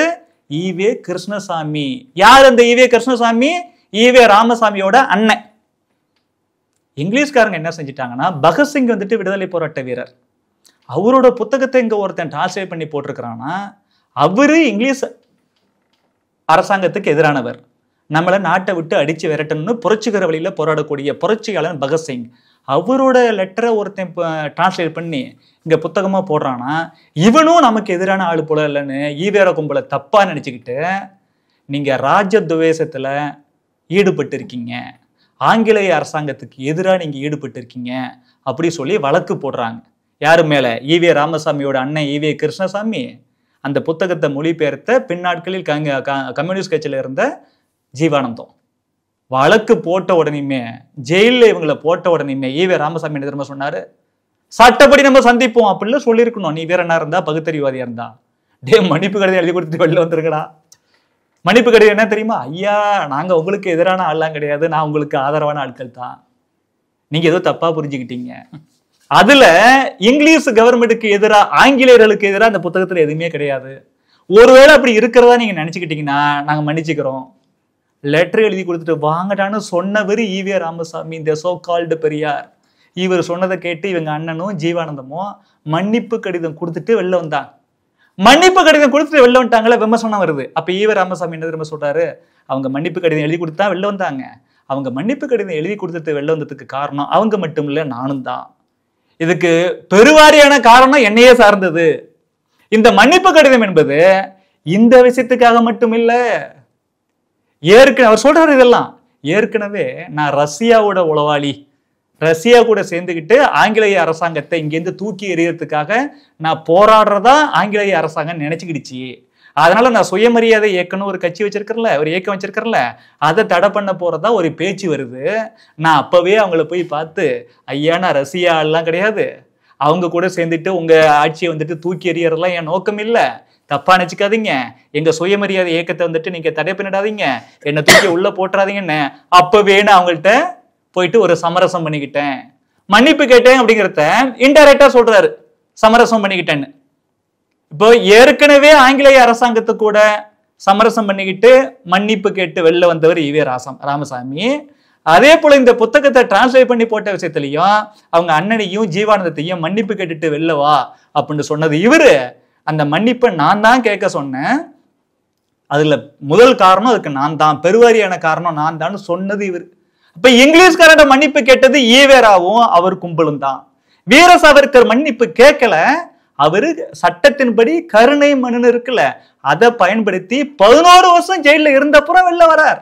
அதுக்கப்புறமும் கிட்டத்தட்ட 10 வருஷம் வீட்டு காவல், கிட்டத்தட்ட 20 வருஷம் அவருக்கு சிறை வாழ்க்கை. எதுக்காக? நாட்டுக்காக. அப்படிப்பட்ட வீர சாவர்கரையும் அந்த வீர சாவர்கர் பரம்பரையில வந்த எங்களை பார்த்து நக்கல் பண்றது, நையாண்டி பண்றது யாரா நீங்க? மன்னிப்பு கேட்ட ஈவேரா கும்பல். இதை நீங்க மனசுல வச்சுக்கணும்.